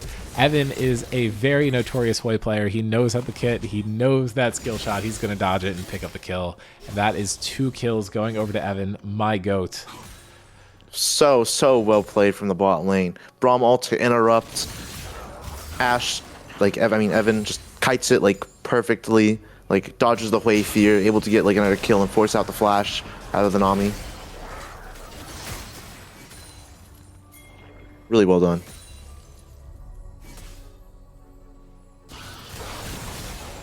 Yeah, Blake going in again, trying to trade heavily onto Chow here, pick up another kill. Does seem that every time he does that, though, he dies. So he needs to be a little careful about the hidden Jace and Lilia. But it looks like Psycho Carrot is starting up the grubs, looking to secure those for his team. Thank you, Snark, for the Prime sub.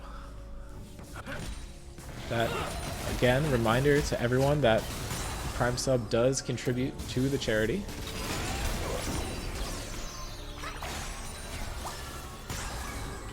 And for a limited time only, our donations are off a really weird amount of cents, so I have to do annoying math every time you add it up. Not that hard, but I am trying to watch the game at the same time.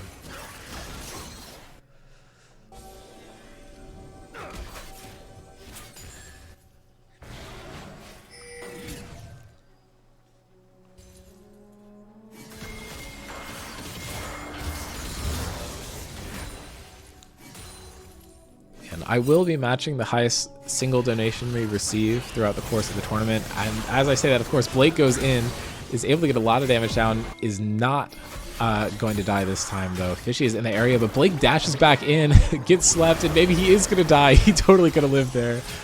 It is actually going to live. Daniel finding a sleep of his own, but no. Fishy flashes in and picks up the kill. Every time Blake gets a kill, he just dies in return. But Fishy is going to be taken down by Daniel. Really well played on the Zoe there. Yes, I will be matching the highest single donation. The current right now is Kage, who donated $100 yesterday. Absolutely massive stuff from him. Might go.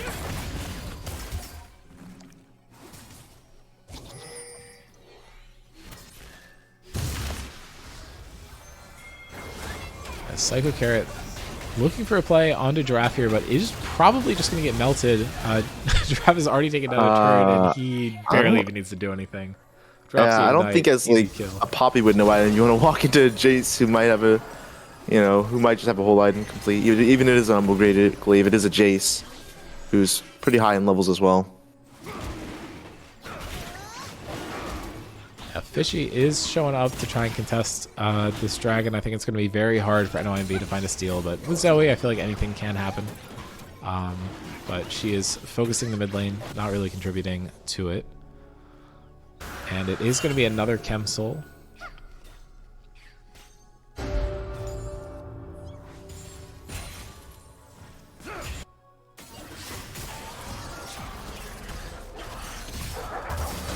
Blake going for another play top lane. Don't think he's going to have the damage to kill for a while, but any of the poke that he gets down onto Chow is going to be very impactful. We do have a first-time chatter supporting Fishy, which I love to see. That's my jungler.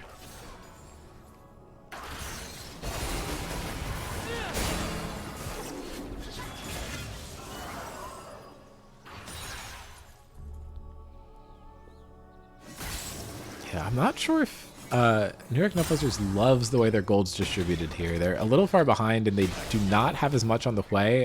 The Zoe obviously does have the opportunity to one-shot people, but less consistent damage. Yeah, Snark, you just missed your game, and your other one from Swiss was casted yesterday. But you will be able to catch more of Snarkify on Thursday.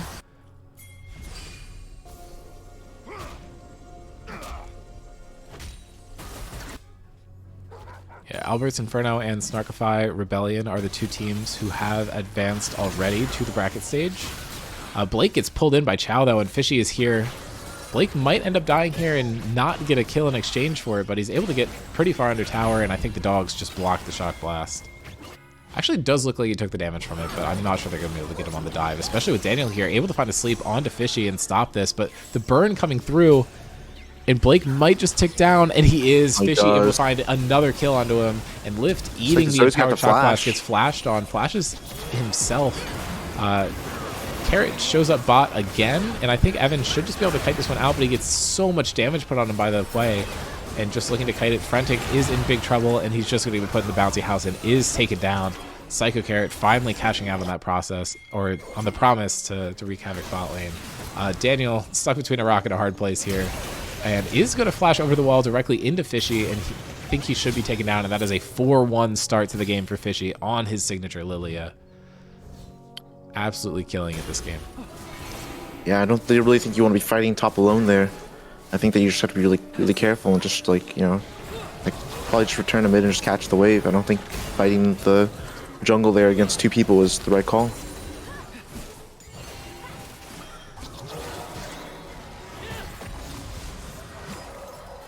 Yeah, I mean, the urge to fish for kills on Zoe is definitely there, and he hadn't died yet. I feel like you're always allowed one. Yeah, absolutely. Unfortunately, they are down 4K, so it's a bit of a rough scenario to be down 1, but Blake gets knocked up by Chow, and yeah, Blake is up about 1,000 gold, but both jungle and mid for Rift Sharks are up about 2K, making up pretty much the entire gold lead.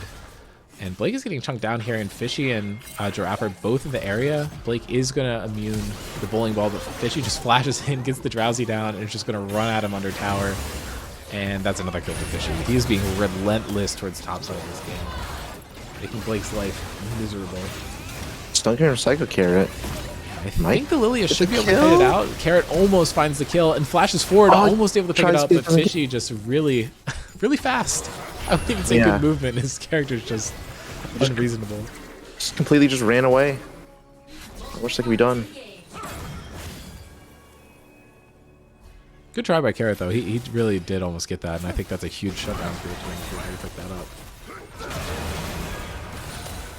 I think a bot, maybe.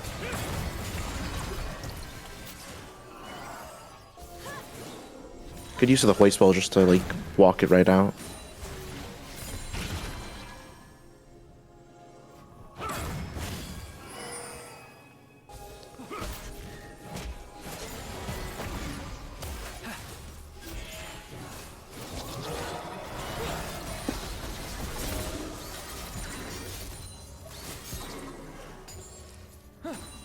There is some discussion of the Ashe itemization in this game.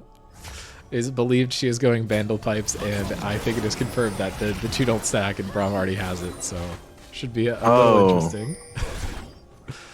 I see that now. That is an interesting choice of items. It's okay. I trust Evan. He's allowed to do whatever he wants.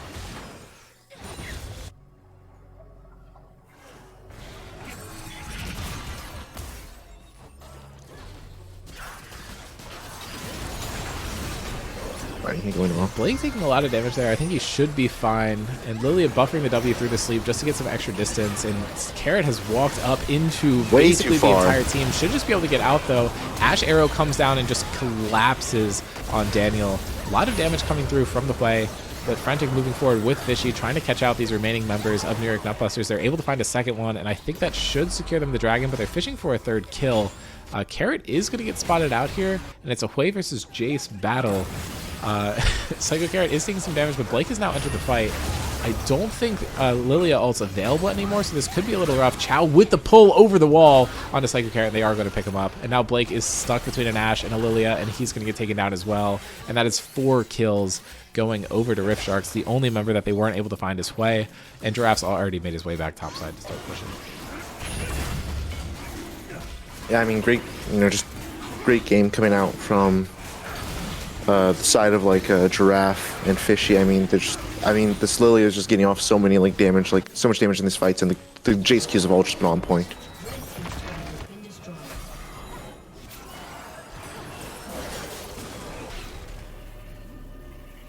He like a solo kill up being a top side, and he just takes his head off. Not much else to say about that kill. And the Vandal Pipes completed for Ashe. God bless. So we're really doing amazing stuff out here. I mean, at this point, I think we just need a third Vandal Pipes, to really confirm it. Yeah. Chow, it's your turn. And I mean, I would say that this game says anything about the effectiveness of Vandal Pipes to Ashe, except Rift Sharks is already up 9k. So I think all it'll say is that it really sucks if we lose because we built it. That would really suck. It might happen. But it would be really funny, though. Consider it for a second. Yeah, I mean, any excuse to laugh at Evan. And any excuse to hype Evan up. It's duality.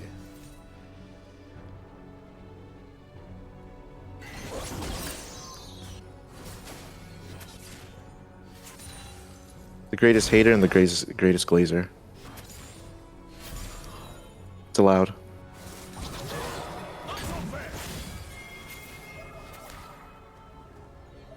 I mean, be more serious. I think at this point in the game is looking for a play here. The Nami ult comes down, and it is going to connect onto Evan, but he flashes the Nami bubble. Really good reaction there. And Carrot looking for a knock-up is going to send Giraffe sky high. They are not able to find the stun with the Braum onto the Psycho Carrot, but they are able to find it with the Ashe Arrow, and I think Carrot is just going to get picked up here. Not sure they're going to be able to find anything else. Fishy was looking for it on the backside of the fight. Did use the ultimate already, but not able to find anything with it.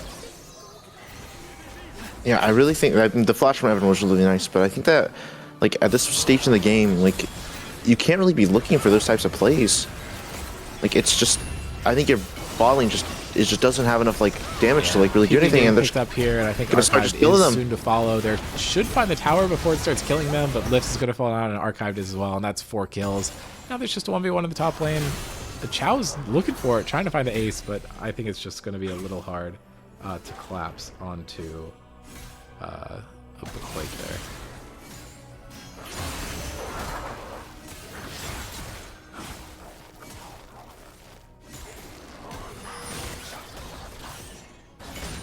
Trying to get my Prime sub through, but the problem is I'm logged on to the Scrim Zone account on my computer, so I need to like do it on mobile, and in order to do that I need to request the desktop website. It's such a pain. I think they've disabled even being able to do that now, so. Twitch does not want me to redeem my free 225.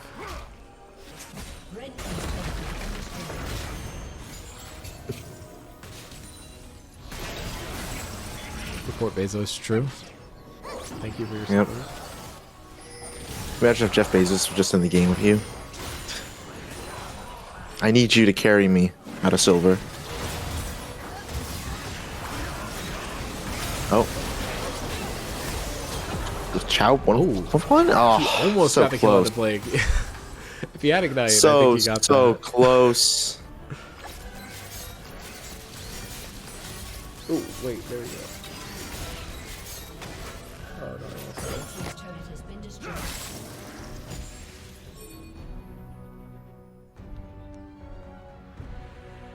Gosh, there's just so much more money now. It's 22 minutes in, and Blue Side just has 46k gold. yeah, I mean, it's, Oh it's my 13, goodness. 13k gold lead. This is just disgusting. I don't know. I'm just, it's not even like, I mean, the gold lead is like one thing, but like, I'm just shocked at like just the amount of gold they have. Like 40, like this much gold. Like this early on feels so crazy still. Sure. Yeah, I mean, you give Should be able to the get fish onto. to Lilia and things start to happen, I think.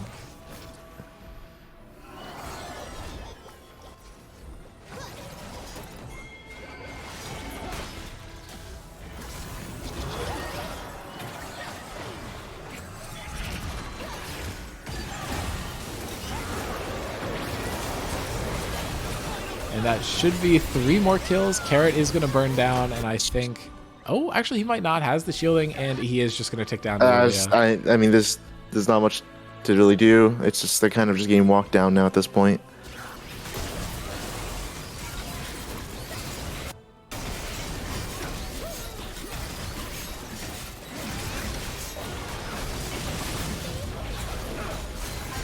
I feel like it's really hard for Rift Sharks to make any mistakes with like this game state.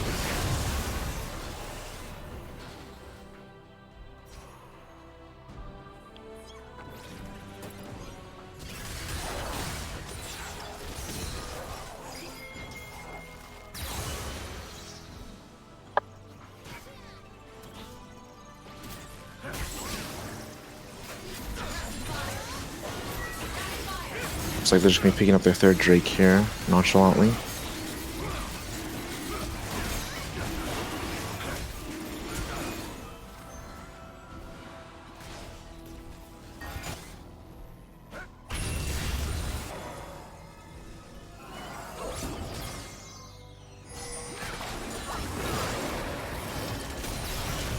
And PB should just get picked up here. Blake looking to help out here. I think is just going to get killed himself. He almost takes down Giraffe, though. Giraffe running away is ignited and just does not end up going down.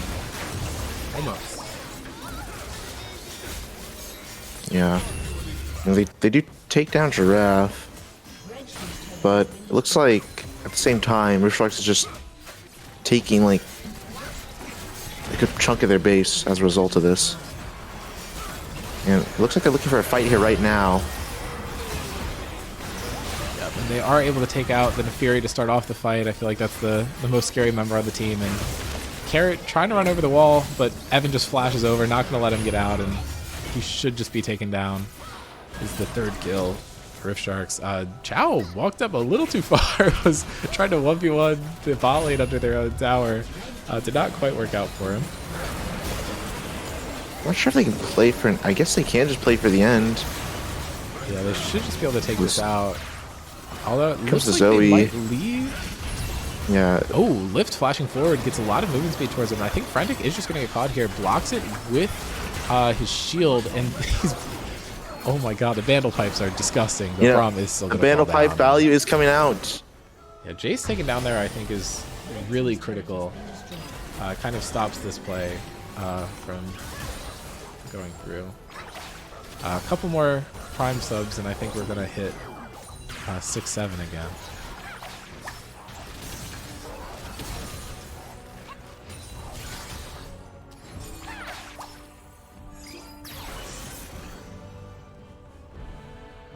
I was finally able to get it to work.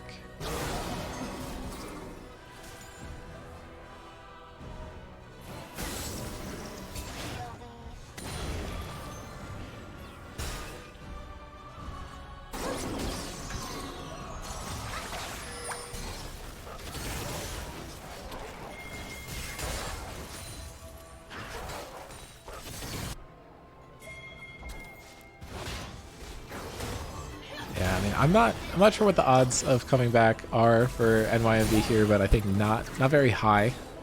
But I think they're able to keep finding picks onto Giraffe and not lose half their health to Empowered Shock Blast. I think that makes it a little easier.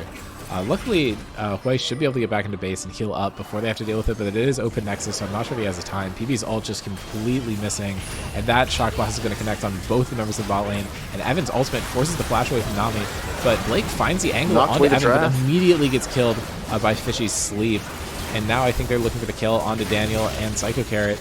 But Carrot actually collapsed onto Evan and is looking for the kill with the Vandal Pipes. Ash fires the W the wrong direction. It does not matter. Evan still gets to live. And they are going to take the W about 27 minutes in. So Rift Sharks looking very strong in their first game. Yeah. NYMB did lose in the first round, but not this hard. But unfortunately, they will be eliminated after that second loss. So there will be a team with a bye going into the next round. Very commanding win from the side of Rift Sharks. I mean, it looked very very confident. All pretty much they were just winning all across the map. Controlled the game, closed it out as well. Looked really solid. Yep, and we will be Rift Sharks will be playing a 1-1 team in the next round. And SKT, who is forced to be 0-1 after this round because they didn't get to play, will also be playing a 1-1 team.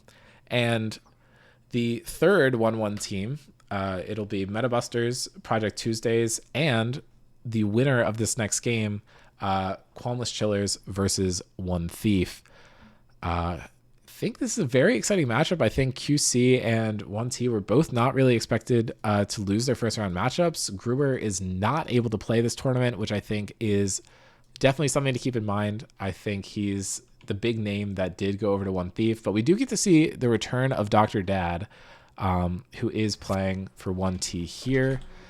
They've actually role swapped a little bit this game. Noam was ADC last game, Sarverse was mid, and Jonah was jungle, and now they've mixed it up, so it is Noam in the jungle, Jonah mid lane, and Sarverse and Dr. Dad bot lane, which is a very exciting roster.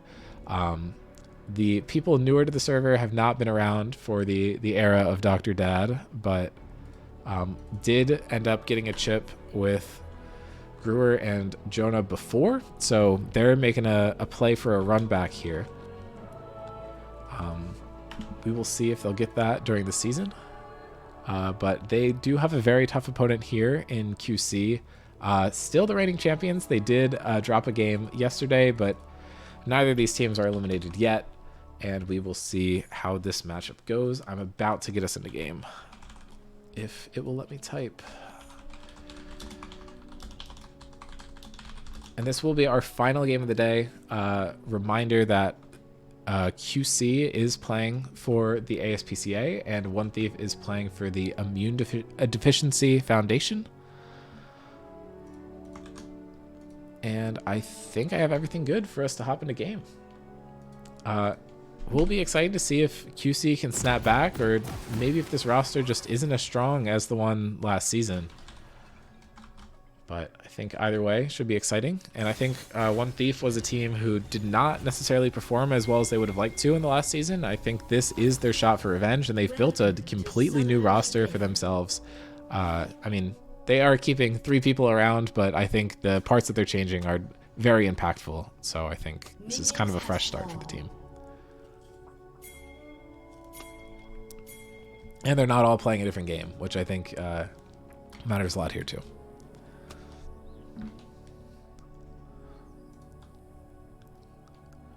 Rat is claiming that Brewer is washed. There's no proof of this. He isn't even in the game. Who knows? I think Rat's the wash one, if I'm being honest Yeah, I mean, here. he did get absolutely gapped by LSD Dreams last game that we got to watch. Starburst is just going to walk into Paul and Ribbons and immediately has to burn Flash to start off this game, which is not a good sign. That's like just the classic, like just stack up in like the nearest bush to the turret and just first person that comes to check it, just hit them. Definitely don't want to see that happening.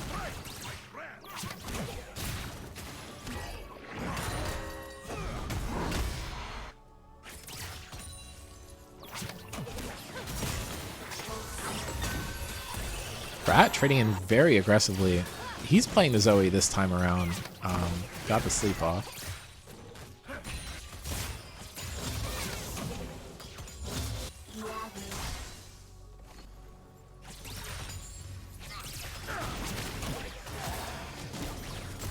Receive your fate.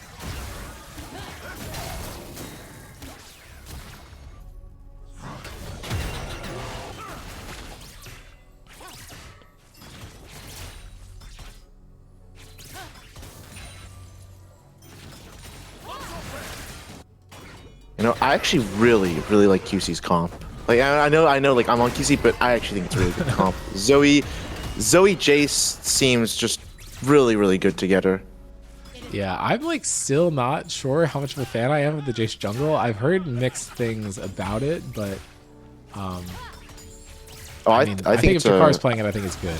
Did they buff it? They didn't buff it twice, right? I feel like it wasn't super strong when it first came out, but I don't know if that was people just not being good at it.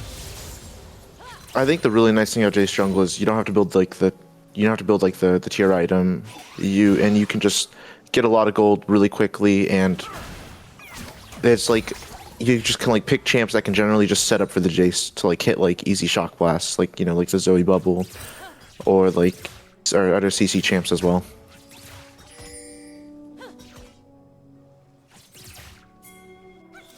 I mean, and my personal opinion, I think it's the best jungle on the patch, but we'll see. Yeah, I've definitely seen other people saying that in the channel. And Rat and Drakar just double teaming Jonah. They are going to take him out. That is first blood going over to Rat. So maybe he's beating the washed allegations. But Bean trading super heavily into Xavier, looking for a solo kill of his own. Has the empowered Q3, and I don't think he's going to find it onto the Ornn. No, I'm looking for a flank here, but did walk over Vision. And I think Paul and Riven should just be able to walk it out.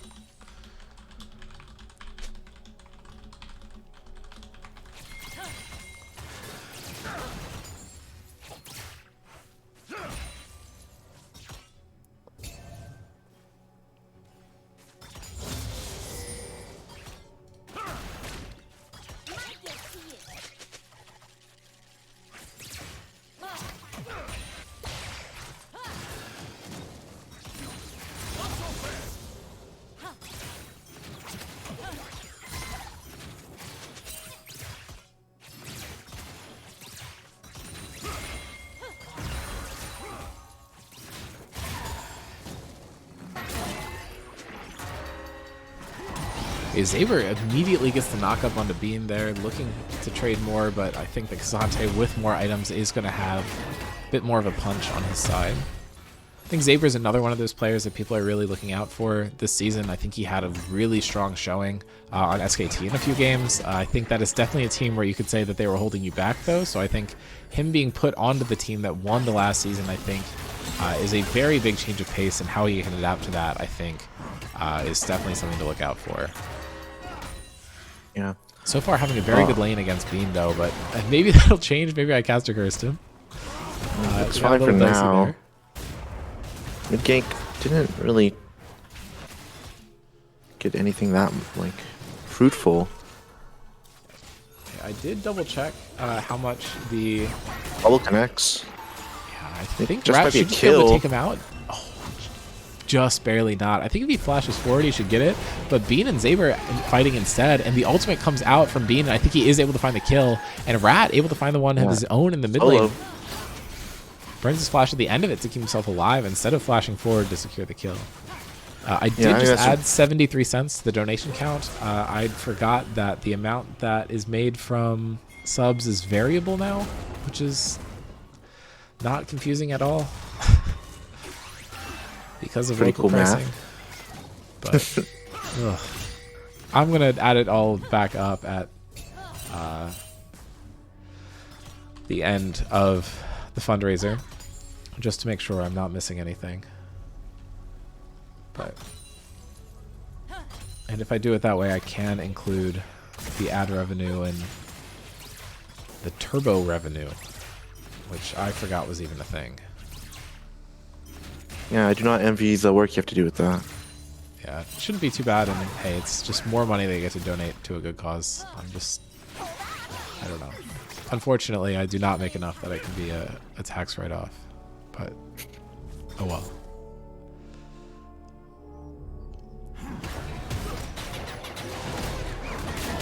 It's okay, they did recently change how much you have to make from side hustles to report it on your taxes, so I'm well under the threshold for Scrim Zone now.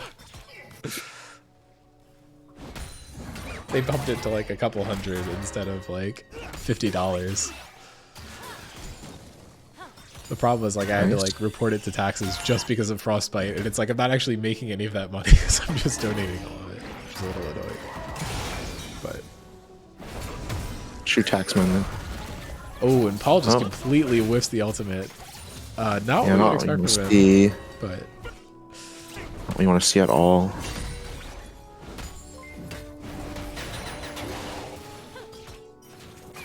And another sub, thank you so much. Soraya954, I think that was. And I've just said that I actually have no clue how much those are even worth. So let me try and figure that out.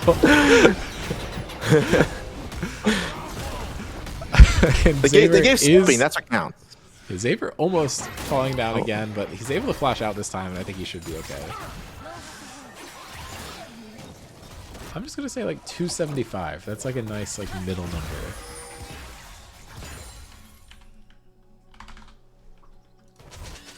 Our donation total has hit 346.65, and I will be matching the $100 donation. So we have already broken our all-time Frostbite record of $420. This from the first year we did it.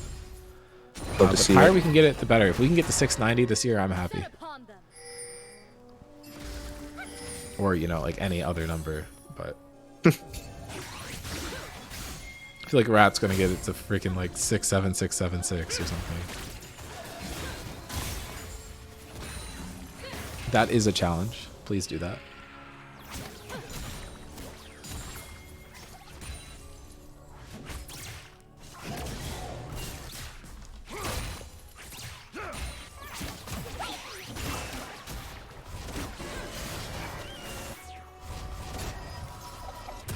Soraya 456. Did I just like spawn a... Oh, I flipped the number upside down. That's okay. That makes sense. So I said like what, 954, right? I literally just rolled it over. Yeah, unfortunately with NYMB being eliminated, the Trevor Project cannot be the recipient of the charitable donation, and whichever of these teams does end up losing, their charity will be eliminated as well, unfortunately, but that will leave 7 very solid charities left as the options, and as we get closer to the end of the tournament, we will be closer to knowing which charities are left. Today we are eliminating 2 teams, and I believe the next 2 days we are eliminating 3 teams each. So should be pretty exciting. Jonah is going to get hit with the sleep here. Jason and Zoe are both there looking to double team him. I don't think they're going to be able to find it. They get Jonah really low, but no one comes in with the play and gets knocked away from Rat. Really well played by Drakkar, able to use the flash JC and uses to it. keep him away. That's the thing, when you flash after Zoe, it's kind of hard because you can just walk back and pick your flash and just flash away again. Oh, yeah, now Paul hits both of them. No, I'm almost able to find the kill and just gets picked up. Was like hundreds of HP away from killing either of them. The way I say that sounds like a lot, but Ribbons is able to get excited with the passive, gets to slow down onto Dad, and looking to stack up the stun here. Paul reapplies it for them, and I think Ribbons should be able to pick up yet another kill here. And this is a 5-1 start for QC, all 5 kills onto the mid and ADC, which is exactly where you want it. Actually, you probably want some on Drakkar, but that's okay. And Jonah just walks into the bubble and is taken down, and that is a 6th kill for QC. That is brutal. I mean, everything's pretty much going around the map. It's like QC, like just everything's going right around the map for them. I mean, top lane's like may have like be like down a kill, but hey, comes this the might Ornhorn. be Drakar's kill going here. Although Bean's able to dash away from a lot of this and still has flash, but he goes in looking for a kill instead. And I think he's in a bit of trouble here, but is just going to use the Unstoppable to immune some of the damage. And Soraya gifting a sub to Drakar. Gonna once again estimate that to be 275. I will do my research and figure out the right answer later. But they are looking for the dive onto Bean. Bean almost finds two here. He might actually. Finds the kill onto Drakar and does not get killed. Drakar gets gifted a sub and that just casts Drakar. He dies. That's a little unfortunate.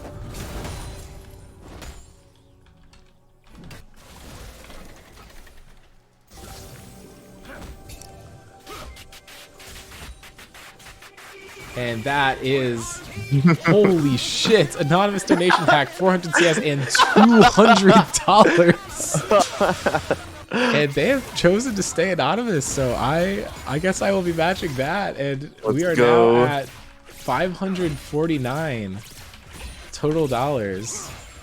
Thank you so much for that donation. That's huge. All I have to say is shit. That's all I have to say. Yeah, I was not expecting that.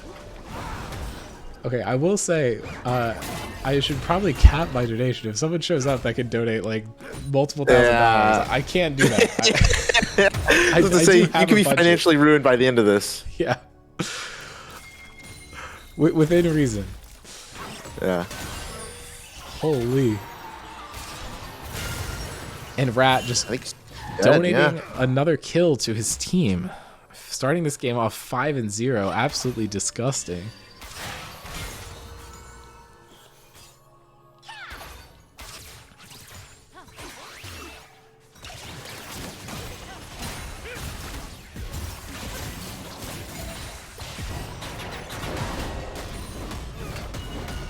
Bean going in, looking for another kill here. Dad is getting stunned up, knocked up, and I think he should be taken down, but he will have the bailout available on himself, and the redemption coming down as well. Gonna keep him alive. Sarvis going in with the Yunara ultimate, looking to find a kill. Ribbon's falling down super low, has to use the barrier, and is taken down. Sarvis picking up a kill. Yeah, really well played from one thief spot lane. Like, just a bit too far, and like, not enough damage, and they're not respecting like the fact that like Renata like actually has like a bit more health. The longer the support out, you're making her a bit too tanky. Taking so much damage, and this time the kill is given over to Drakar, his first kill of the game.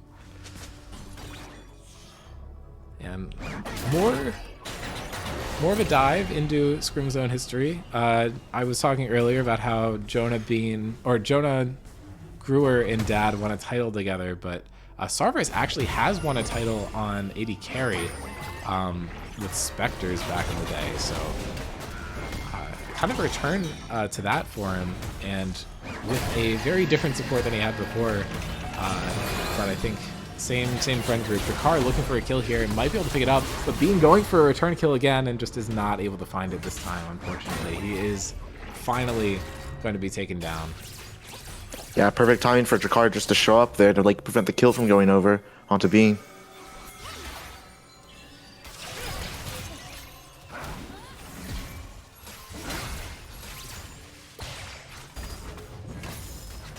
Xavier looking to help take down this tower.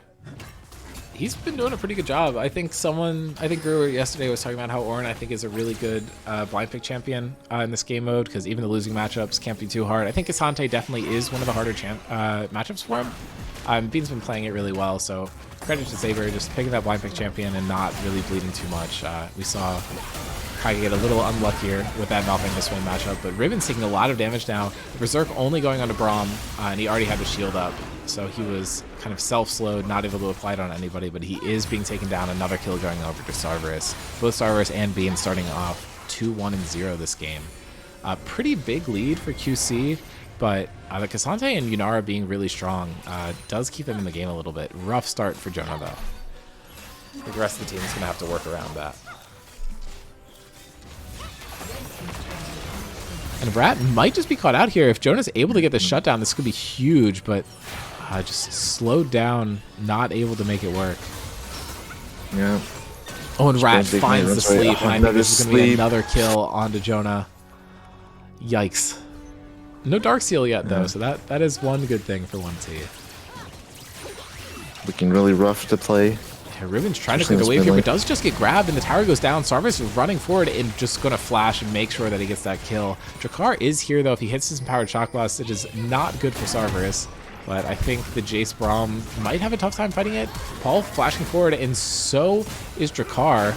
Bailout still is available, and I think Sarvis could maybe help him kite this out, but he is just going to fall. I don't think I have the mana for Bailout, and now Rat is here, finds the Drowsy, and that is a double kill for Drakkar. He's able to land the Shock Blast on the sleeping target, and Rat flashes away from Bean, and Bean just getting absolutely ran.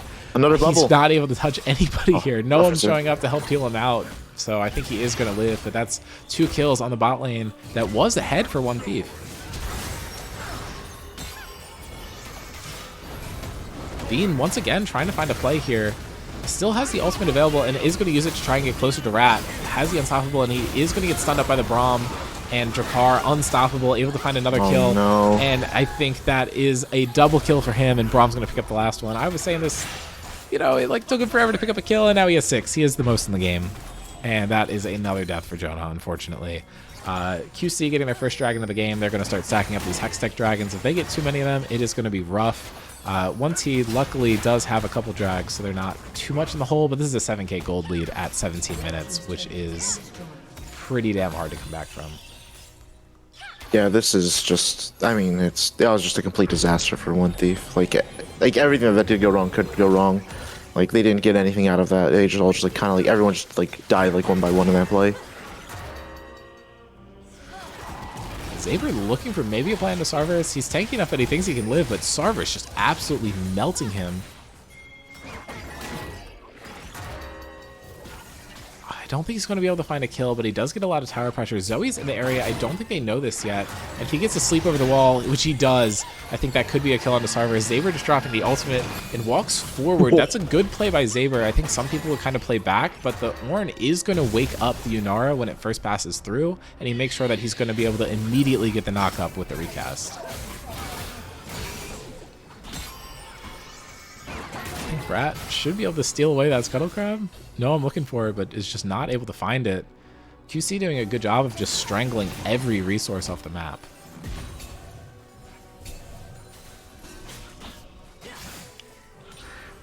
I mean, yeah, it's just like, I'm not sure, like, you really can't play the game. I mean, the only person who can, like, really, like, I mean, there's 2 people, I guess, who can technically, like, realistically block these, like, Jace Qs, or, like, maybe, like, it's like Cassante and maybe Renata, like, with, like, her support item up. But other than that, it looks really difficult, as this Zoe and Jace can do so much damage from so far away. I know I'm looking for a play under Drakkar maybe, but he just gets slowed down, has to Protobelt out, losing that engage tool. I mean, they need to fight around the Cassante and Sarvis, but both of them are chunked down by Jace, and it's just going to be tough. What is the item in Jace's inventory? That one's new, isn't it? Bastion? Yeah, that is the Bastion Breaker. It does a Getting dot chunks. Is true that damage. unstoppable? The Drowsy, but gets slammed by Zoe, and that Braum knockup is going to catch him, and Drakkar is going to seal the deal. Another kill going over to him, and Drakkar does not get caught by another tower shot. It looks like he might. No, I'm looking for it. Just got the Protobelt back up. If he had it just a little bit earlier, he might have been able to find it. Yeah, it's true damage dot to turrets and structure, or in it can do it as well to major objectives, such as Baron or dragons. That's neat. It's pretty neat.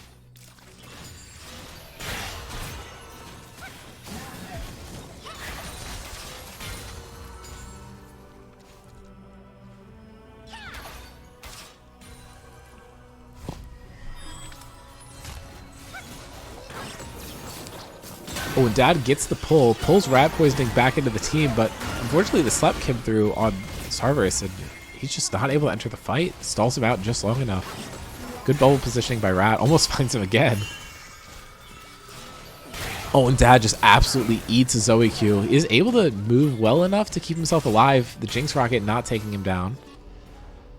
If feels like One Thief is honestly playing pretty well from the deficit. I don't think that means this game's like remotely winnable for them though. Yeah, this game looks really over, if I'm being kind of honest. I think that jungle mid are just so absurdly fed that like they're just gonna make the game completely unplayable from this point on. Yeah, they're executing a very hard composition very well. Playing poke comps is not easy. Zaber finding the knockup onto Dad, not able to get the kill with it. Always very fun when you're able to get the kill with R2, but One Thief's just rotating to trying to defend the very crusty tower in the mid lane. I think QC's just waiting until they think their members are strong enough to take the Baron safely. I'd imagine that's what's next for them in this game. The next dragon is up for a minute, so they could be looking for that instead.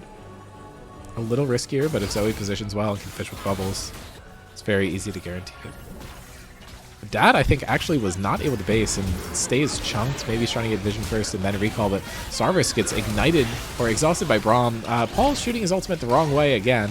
And I think that's actually going to allow Sarvis to take down both of them, except Drakkar shows up and actually misses the shock blast. So super low health bars for both Paul and Ribbons. And maybe this is going to be a dragon going over to 1T. They could have a soul if they're able to keep up pressure on it, but they're going for the mid tower instead. And it results in Dr. Dad eating a huge shock blast from Jace and almost taking his health out. Jinx are, again, not able to take him down, though. And Rat able to pick up a side lane turret. Sarvis getting absolutely chunked, and I think he's going to have to kite this out. Zaber, huge play, almost finds a kill into Sarvis, not able to find it. Noam, really good ultimate, hitting both Zaber and Drakkar, and Dr. Dad with the... Oh, why do I not know what that's called? Hostile takeover. Not able to find it. Was enough to help peel out One Thief, but now they're off the map while the dragon's up, and I think they missed their chance to get soul point. This should be a very easy take for QC here.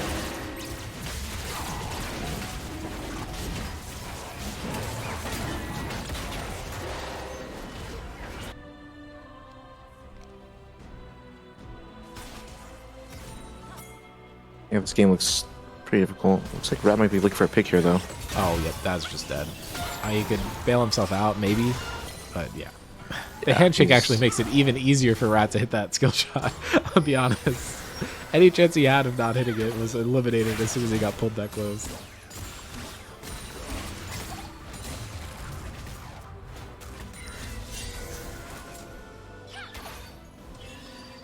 And now this should just be Nash for them. They already got the dragon.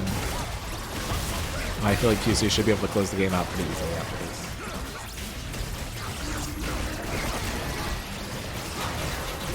Should be an easy end here, QC.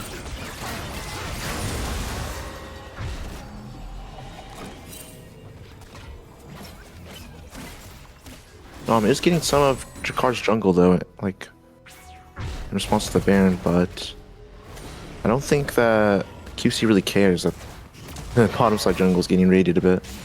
Yeah, I mean, I think if the game was any closer, this stuff that One Thief is doing would be really helpful. Unfortunately, it's not, so it just kind of gets them nothing. But I mean, I think it is promising for this team. This obviously isn't the roster they're going to be running most of the time, because I think if you sign Brewer, you want to play Brewer. But just the fact that the team knows how to play from a deficit pretty well, I think is promising. That's going to help you out a lot, especially in regular season games where there's lower pressure and teams aren't going to necessarily play as clinically as they might otherwise. However, when you're down this much, it is a little rough, especially into Zoe and Jace. But eventually, poke comps will get outscaled, so maybe that could happen. I think it's unlikely, but you know, one can hope. I think that was just one Jace Q. It just took like his entire HP bar almost. It's only like 65%. That's okay. Yeah. You can live. Oh my! Through the Tornado, just only. Despite the shields, it's just Jace Q's really hurt. It was just a Jace Q again. Like that's all it was. Just Jace EQ. That's it. That was just Jace complete Q, solo. one kill. It's a 2-shot. Oh my god. I take it back. There's no chance.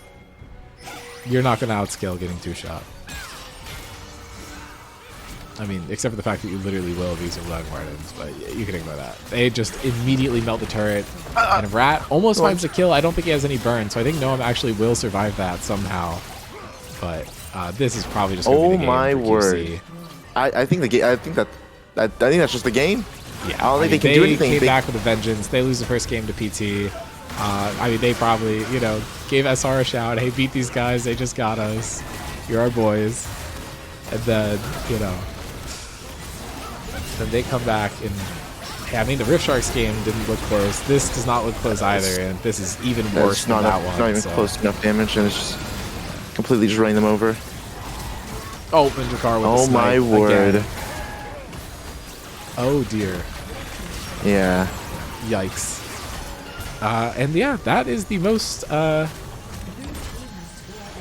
decisive win I think we've seen in the tournament so far, and hopefully that we see in the tournament so far. That was not not a very interesting game to watch. I don't think it was fun. Yeah. I don't think Jay Zoe is very interactive when he gets ahead.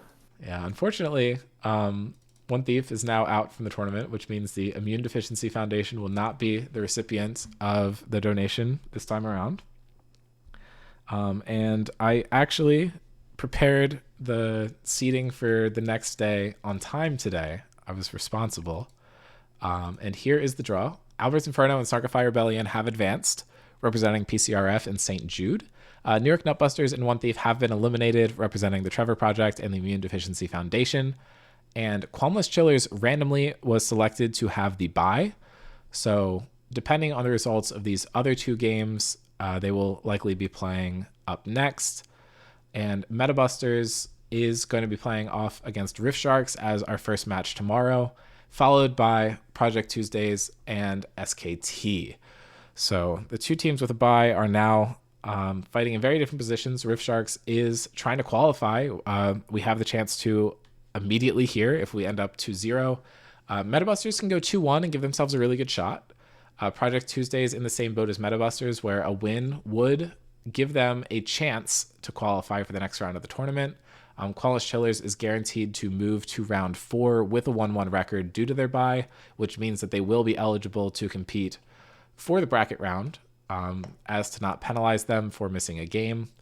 But if Metabusters, Project Tuesdays, or SKT lose, they are eliminated, as they will have 2 losses. Rift Sharks is the one team with a little bit of a buffer, having not gotten a loss previously. If we ended up losing, then we will compete with, I believe, Qualmless Chillers with the 1-1 draw. But that is it, and we do have a new highest donation. Unfortunately, it's anonymous. Would be nice to know who it was so I can shout him out, but $200 I can definitely manage to match. So we are at basically $750 already, which is a huge number. We're at no risk of getting any 6-7 anything. I mean, Rat's going to try his best to get the last digits to match that, but it won't happen. Yeah. Well, thank you, Alec, for the co-cast, and thanks to everyone who tuned in, and thank you so much for everyone who donated. We I think doubled our donations today, which is awesome. In the past, our second and third days have not gotten a lot of donations. I think there's usually a huge burst on the first day, a couple slumps, and then a lot on that last day. So hopefully we still get to see a lot during the finals. But very happy with what we've raised so far. I'm really proud of this community, and I'm happy to get to do this tournament for a 4th time. It's always a blast. So thanks to everyone who participated, and extra thanks to the casters and people who have donated a bunch. Takes all of us to make this happen, and a lot of people pulling together for this. So appreciate it. And I'll see y'all tomorrow. All right. Take care.